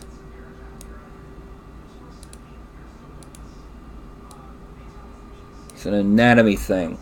Yeah.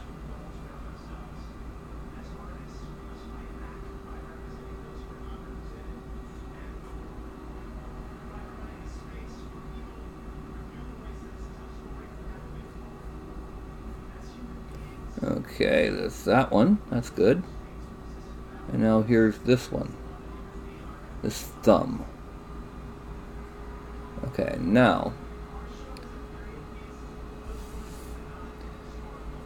we need to shrink this. That's good. And then draw on the knuckles. Oh, if you can tell the winners one thing, I will not do a miniature of a copyrighted character. No Batman, no Drizzt Do'Urden, etc. I do not like the idea of doing a copyrighted figure, especially not by accident. If I find out I was tricked into doing a copyrighted character, I won't be happy. I mean, I don't know every video game character out there, and I might accidentally do a major NPC from some particular MMO that might be popular. Specifically, one of those free-to-play, pay-to-win Korean MMOs. Okay, that's that hand. Now the other hand. Knuckle, knuckle, knuckle, knuckle. Tendon, tendon, tendon, tendon, tendon, tendon, tendon, tendon, tendon, tendon, tendon. I.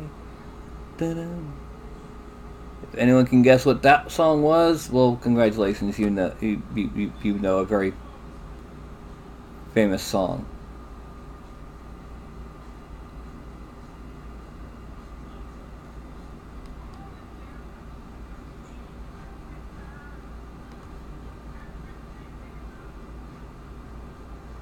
Yeah.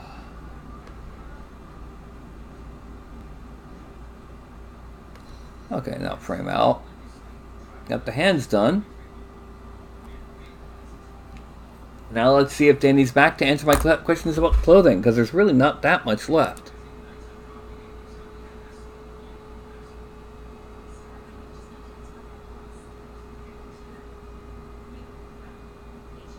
Yeah, that was Crazy Train.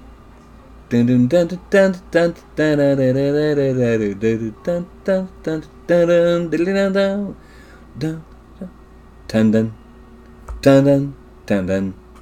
I, tendon, tendon, tendon. Yeah.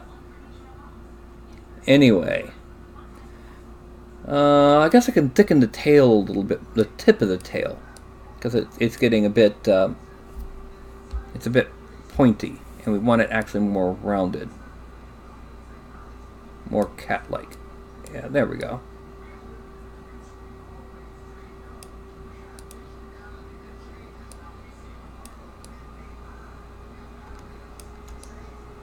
But yeah, pretty much what I have left to do is finish the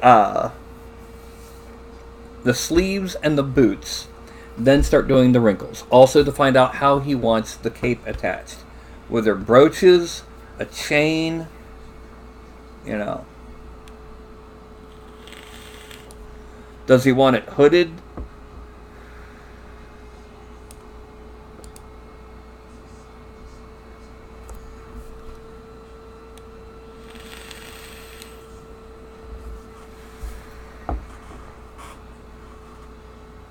Well, while we're waiting, let's go ahead and do one last thing on the tufts at the chin. I'm going to use what's called a snake hook brush. Shrink it down.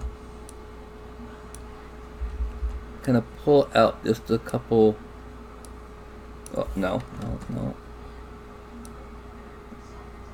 Couple bits here.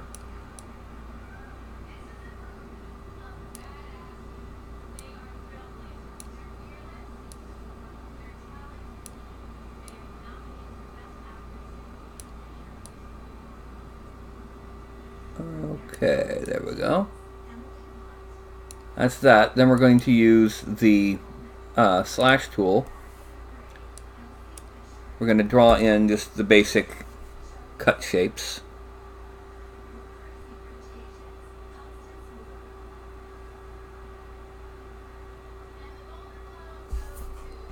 And then, very faint. Whoop, too far.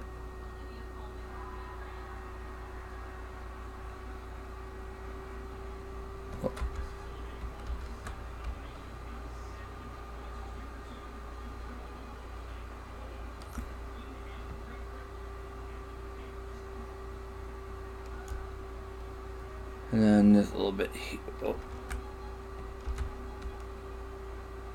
A bit here. A little bit here. Okay. Actually, let's go ahead and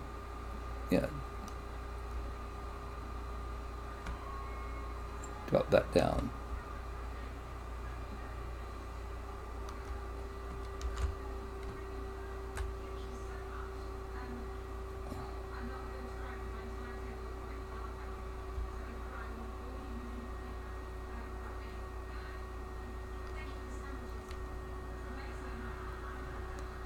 Okay.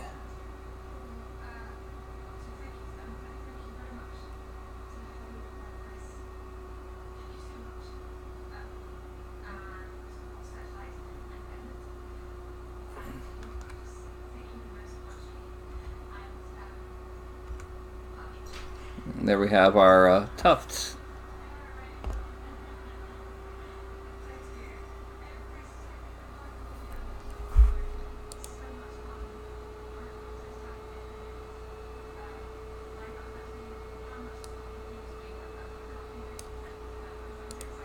This is not Panthro. I prefer the one. I prefer one of the outtakes from Mumra. But first, let me see your tits, my dear. That's absolutely nothing that he would ever say, which is what makes it so funny.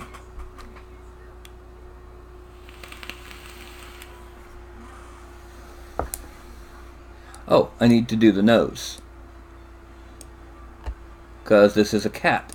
Cats have nostrils. Let's make it smaller and more intense. And that would be from here.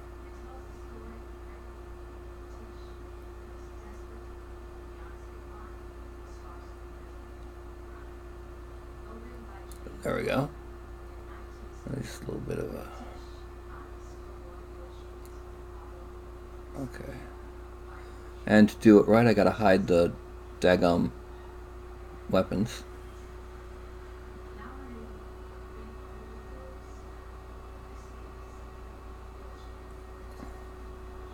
Okay, and then just bring in...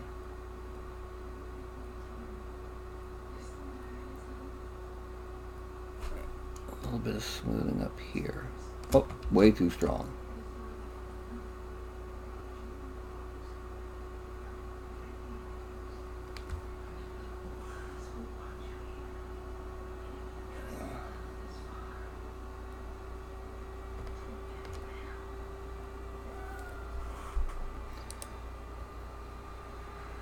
Blunder cats, yeah. No, Lionel, what are we gonna do? Shut up, you. Yeah. Anyway. What the hell is a summer flange? I don't know. Get some soda. I swear I use this thing every day.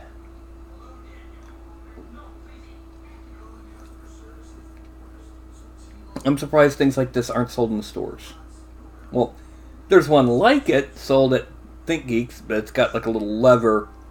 It goes all the way up, and it will only fit standard size cans. Mine will also fit larger cans. Or, I should say, taller cans. Well, yeah. There's that. Let's go ahead and give him a little bit of a rough on the back of his head. Aha! He's finally back. Okay, I need to know a few things before I can go any farther than this.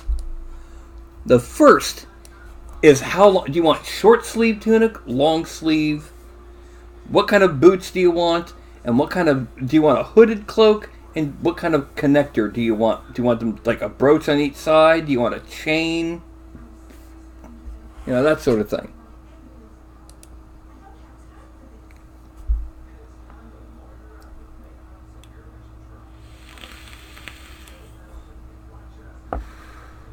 Short sleeve, okay. Boots. Do you just want the boots to just kind of like come up to about there? Do you want them to come up all the way to the second knee? Do you want them to be cuffed? Do you want them to be non-cuffed?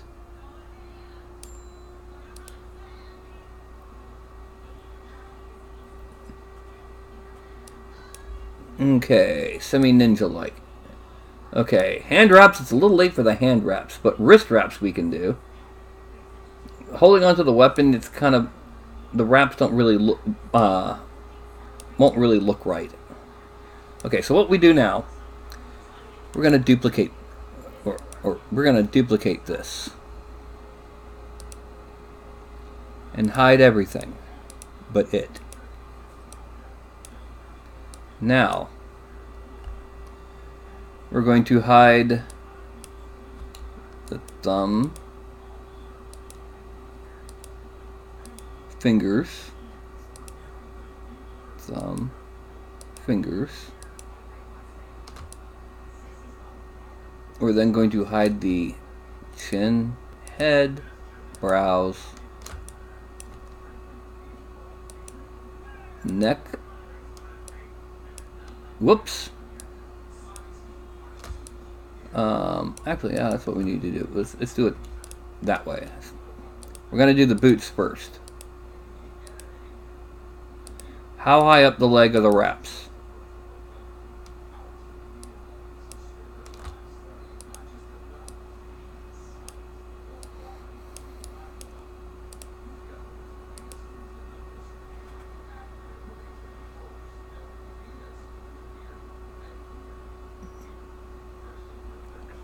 How high up the legs do you want the wraps?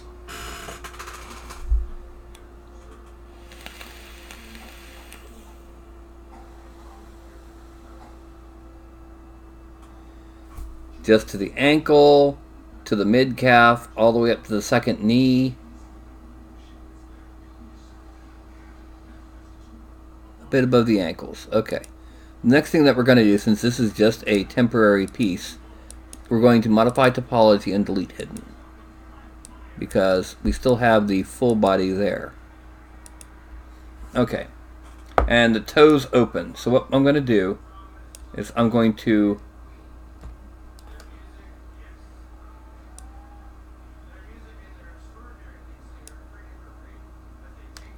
mark there.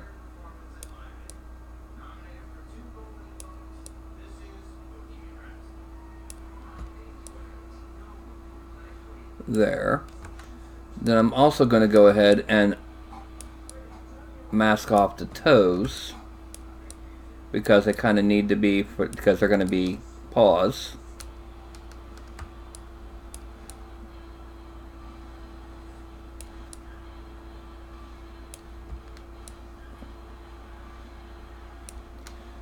And then invert. And we're going to extract this out without the double at 0.001. Really, really super thin. Extract. Accept. And we draw.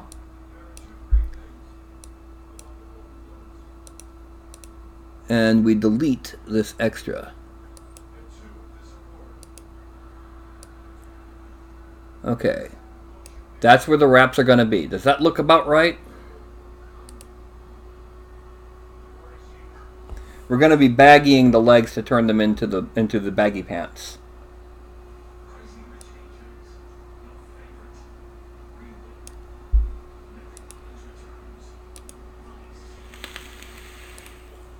Now what we're going to do is we're going to polygroups, and we're auto grouping them so that they're all now two groups. This one and this one. Okay. Now to make the actual wrap look, what we're going to do, we're going to use the slice curve tool. So when I do a Control Shift here, let's turn on this, we can see that it's chopping it into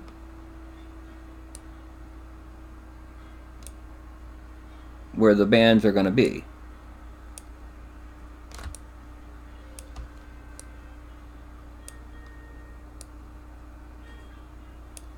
Wait a minute, at some point I accidentally, yeah, that's what I thought. I'll do that in a minute.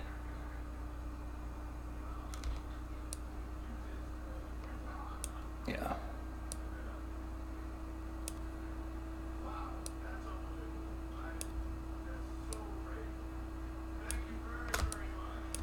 This one, we're going to change the angles ever so slightly every so often. Okay.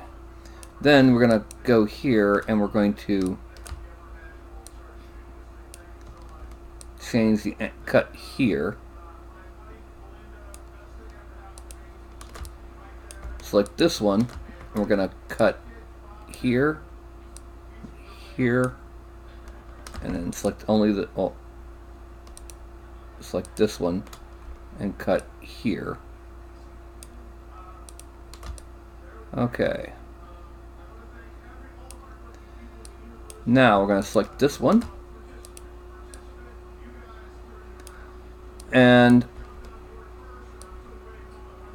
click there. Let's make this one a little bit angle.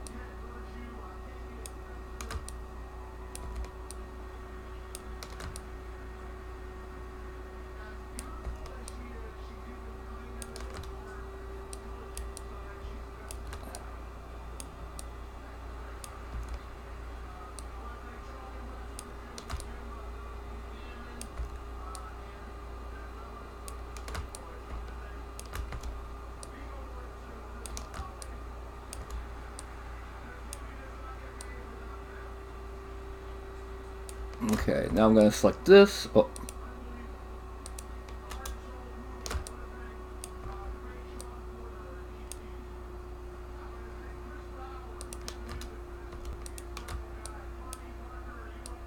This one's going to be here, and then one here.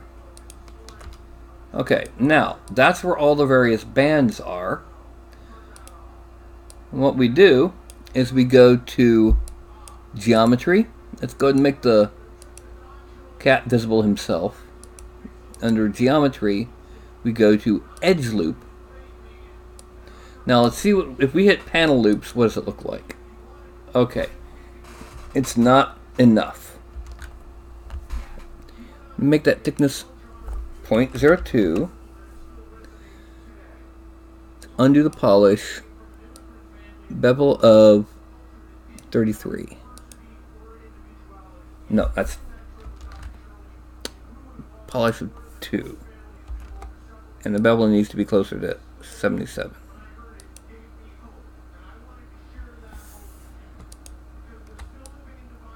Okay. Now, we're going to divide it this once, and we're going to Dynamesh.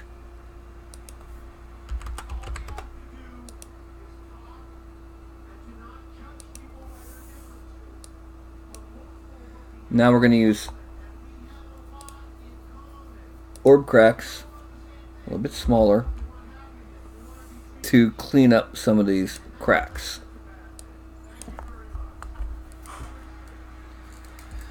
Okay, so we go here and we go just to make certain that it reads them.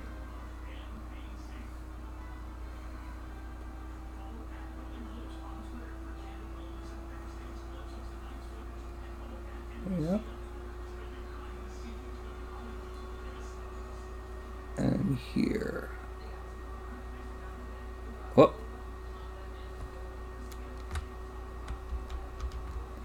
We need to hide him so we can cut here and here. Okay, frame out. Okay, down here we need to kind of cut a little bit right here and here. Cut this, cut this, and then that. Okay, that should do it. Oh, no, it doesn't, because we've got problems all over here. Okay, cut here, cut here.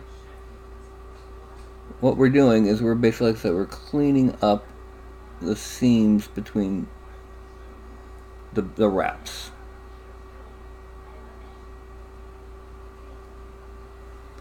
And here. Oh. There we go. And here. Okay. Now we're going to Dynamesh. We're not Dynamesh. We're going to subdivide it. And then we're going to polish it. Just a one polish.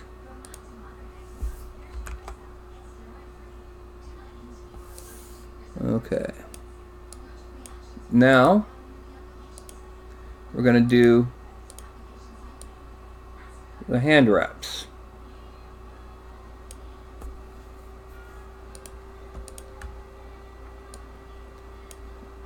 We're going to come up to the base of the thumb. Actually, no, let's do the short sleeves first, the tunic sleeves.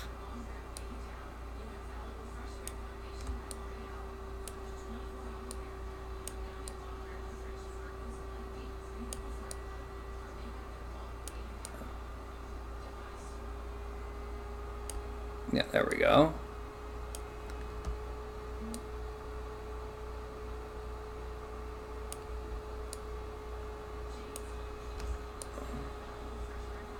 These are going to be the sleeves. Okay.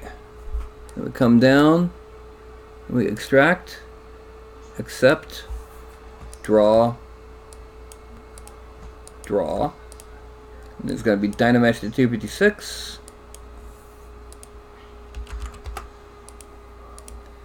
And then let's make this bigger so we can smooth out.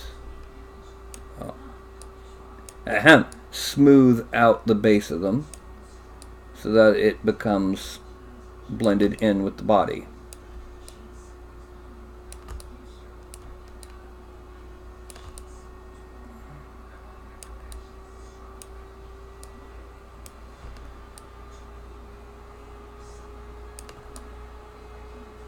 Okay, now we subdivided a couple times. Delete lower. We merge down. And then we Dynamesh.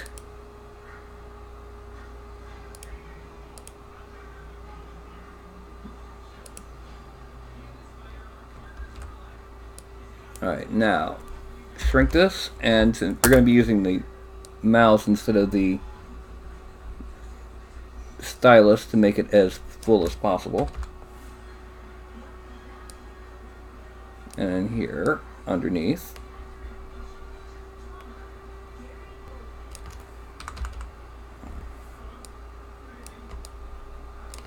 Okay, there is our short sleeve.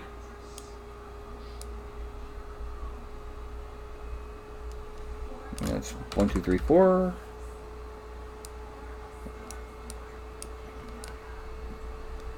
And 1, 2, 3, 4.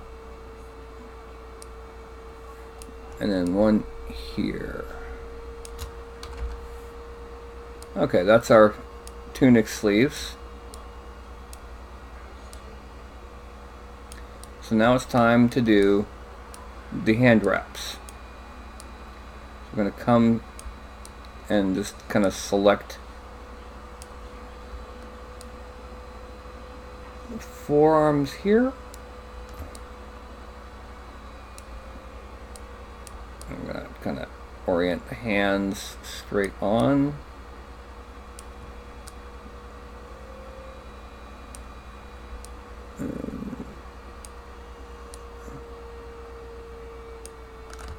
There we go. And now the other arm.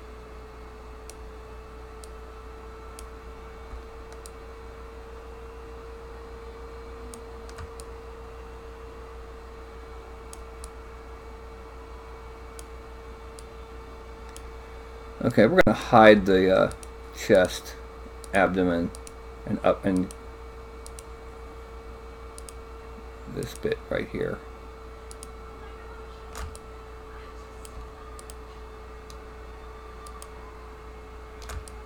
Okay.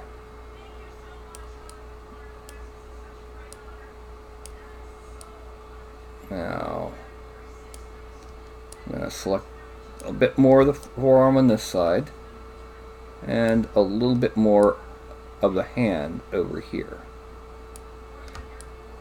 Okay.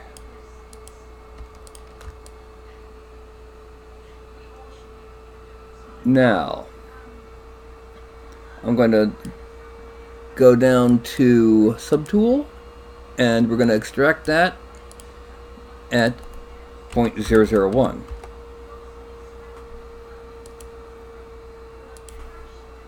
draw, draw.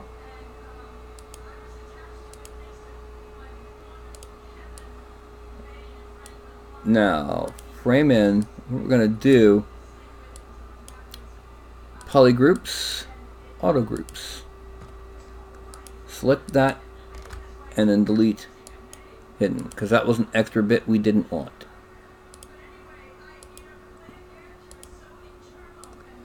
Now,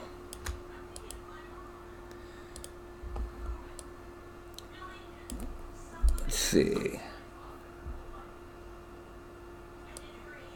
We're going to start here.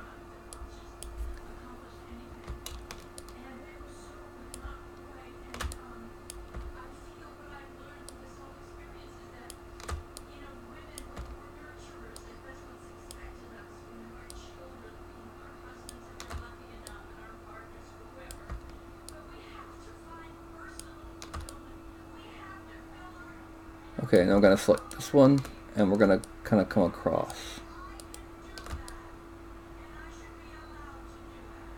Okay, now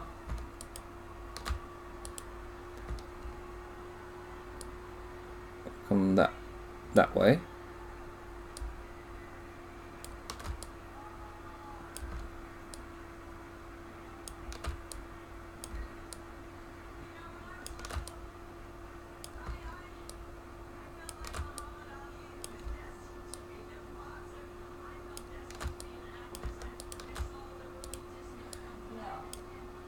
And if you'll hold on just a second.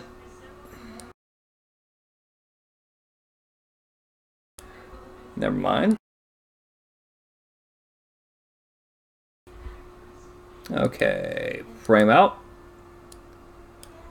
And we go back to our edge loop.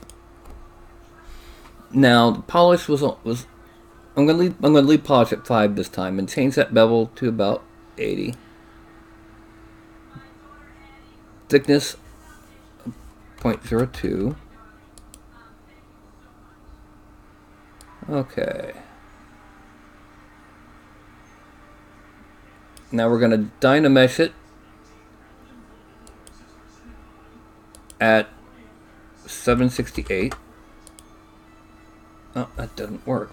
No. Let's Dynamesh it at 1024.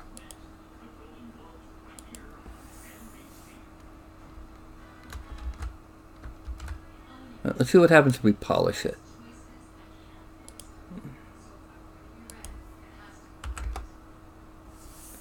Okay. Now, geometry. Dynamesh is 768. Much better. Okay. Now, let's check to see what we got so far before we start wrinkles.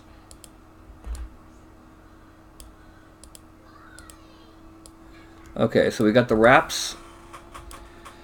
We need to do the toes. And we need the cloak. Is it hooded or not? Also, do you want a clasp on each side or like a chain between it?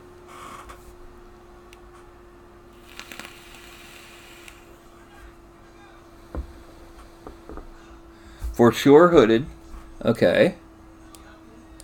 This is going to be a tweak that we're going to be doing to the cloak itself.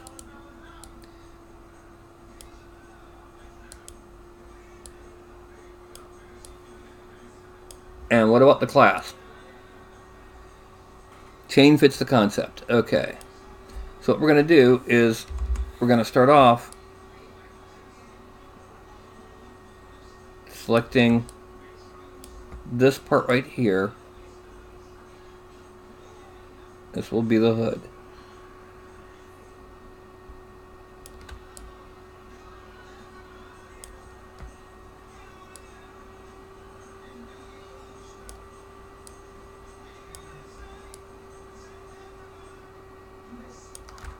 Okay. Now we're going to extract that at 0.03. And we're not turning on double. Extract, accept, draw, and then draw. And the first thing that we're going to do is we're going to dynamesh it at 128. Yes, just 128. And then we're going to use the Move Topological tool.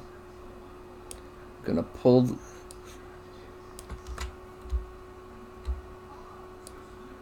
it back.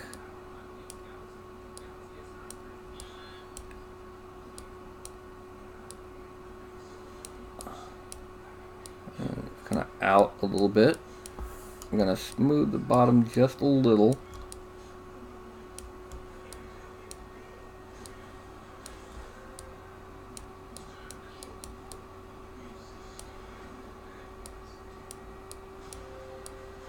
Okay, and then from here we're going to pull this over.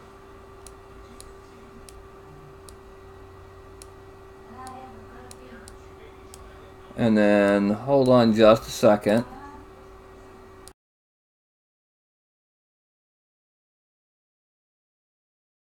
Sorry about that. Now, smooth this. What we're getting ready to do is inflate the whole thing. Deformation, inflate. Okay. That's the hood. We're going to geometry, we're going to subdivide it a little bit.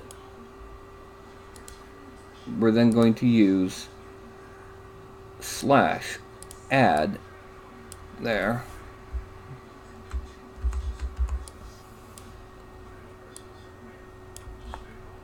And we're going to come this around this way.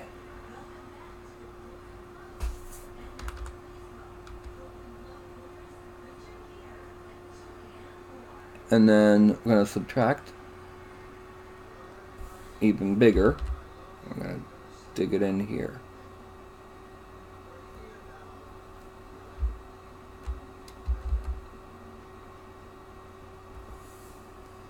And we're going to smooth.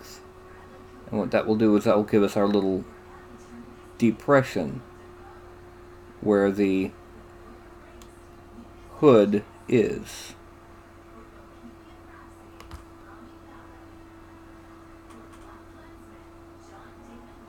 Now we're going to take the Move Topological tool and we're going to grab these and move them into the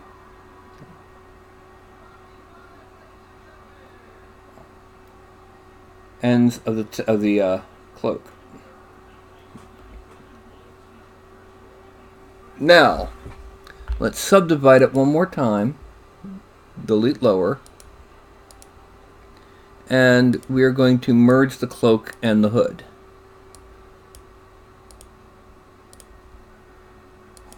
And dynamesh it at 512. And right here, we're going to shrink that. Apparently, Rami Malek just won the Golden Globe for playing Freddie Mercury.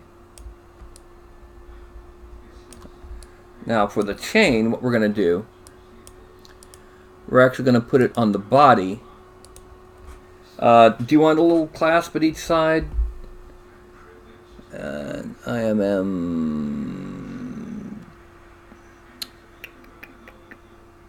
have an IMM chain somewhere. Let's load brush. See program files. Pixel Logic. Z brushes. Insert IMM. Chains. There we go. And we're going to use just the basic chain brush, and what we're going to do, we're going to go from one end, or turn on transparency so we can go underneath this.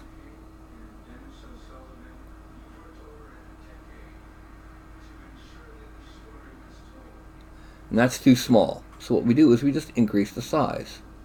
And whoop, that doesn't fit. So let's go ahead and let's see what happens if we do it like this. Okay, now let's go ahead and grab and just kind of drag it around and drag this down.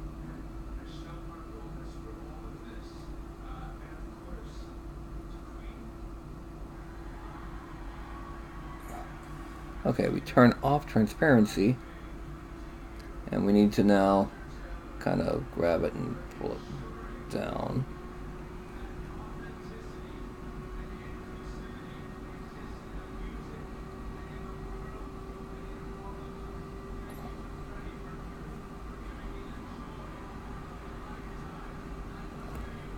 Alright, now what we're going to do is we're going to take this and we're going to split masked parts. Going down to the, around the chain, we're going to go to deformation and we're going to inflate it. Because we want it to be thick enough to print. No. Yeah, that should do it. And then geometry, divide a couple times.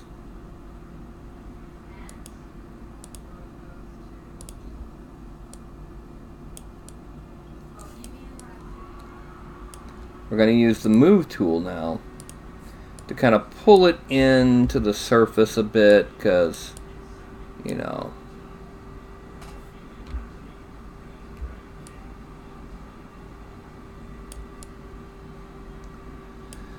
and there, pull that in, pull it up this way. Okay.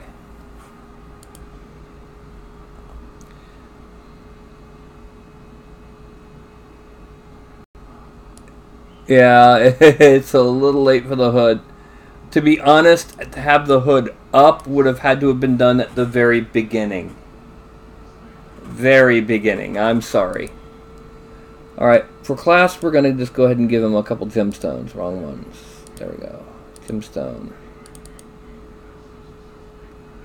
And then we're going to put this on the cloak itself.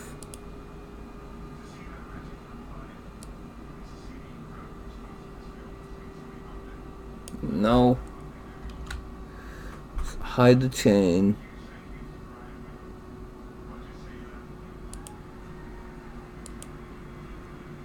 Hide the chain.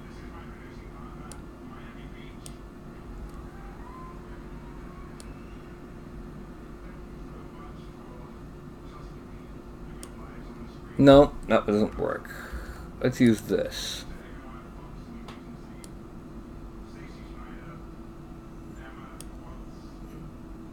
We're going to move it in a bit.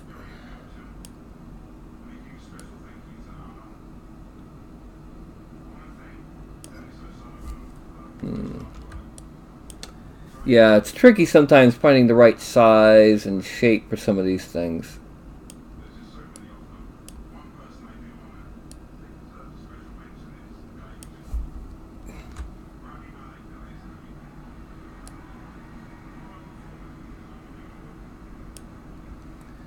Okay. Now what we're going to do is we're going to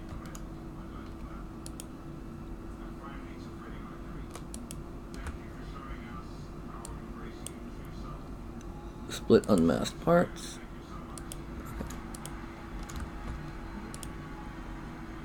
Oh, I know what we need to do. Split unmasked parts.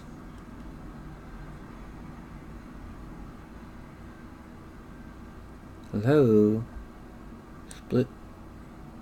Oh, I see why.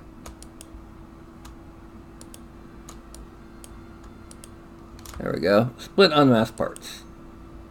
And now we're going to use the move topological tool with a really big brush. We're going to kind of drag this out.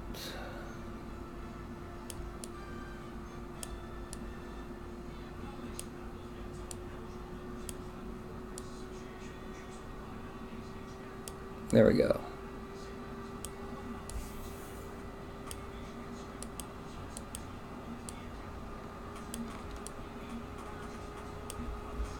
Okay. I actually will have to go ahead and take a pause here. It's already almost 10:30, which means I still got to do the toes, do the wrinkles, do the baggy out the legs for the pants. Let's just go ahead and get a brief glimpse on what it's looking like right now.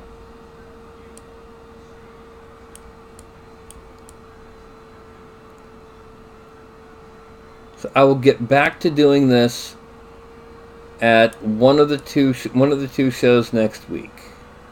Well, the 8 o'clock's already taken by someone in the former Czech Republic. Or the Czech Republic, former Czechoslovakia. So, the way we save something like this is under Tool where it says Save As. And go ahead and go back to Free Sculpt, Patreon, New, Danny, CF Body Z Tool.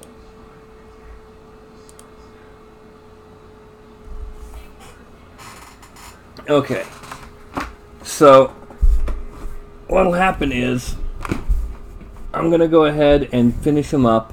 If I don't have any ideas Tuesday, that's what I'm going to do, is I'm going to finish him up on Tuesday. He's already got, most of what's left to do is the detailing. Making sure that all of the wrinkles are in place, moving the ends of this chain into the clasps, making the toes, making the wrinkles, etc. But for right now, this is what we have. In fact, let's go ahead and do it the old-fashioned way.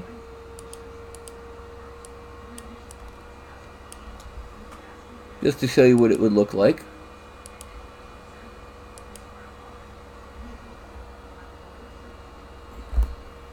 A full 360, nice and simple and slow.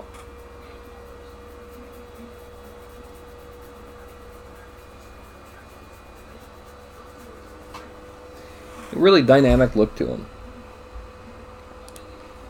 Back to this. Yeah.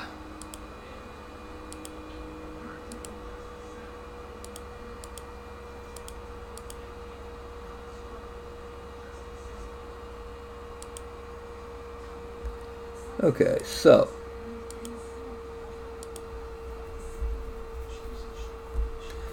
yeah, he could even be a ranger. He could be a fighter.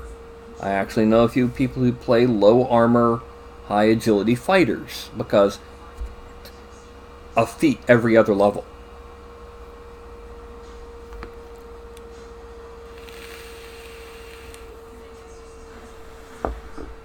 Now, Todd, this is a 6-foot tall Catman.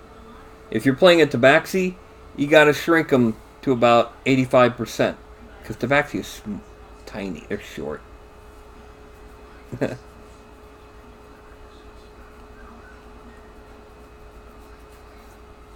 Yeah, well, like I said, it is now 10:25. I got about another 10:30 is gonna be pushing it.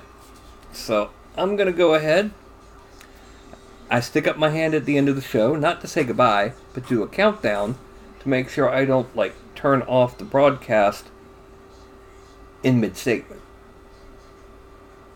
And then I go, and as soon as I hit 1, I say something goofy. What?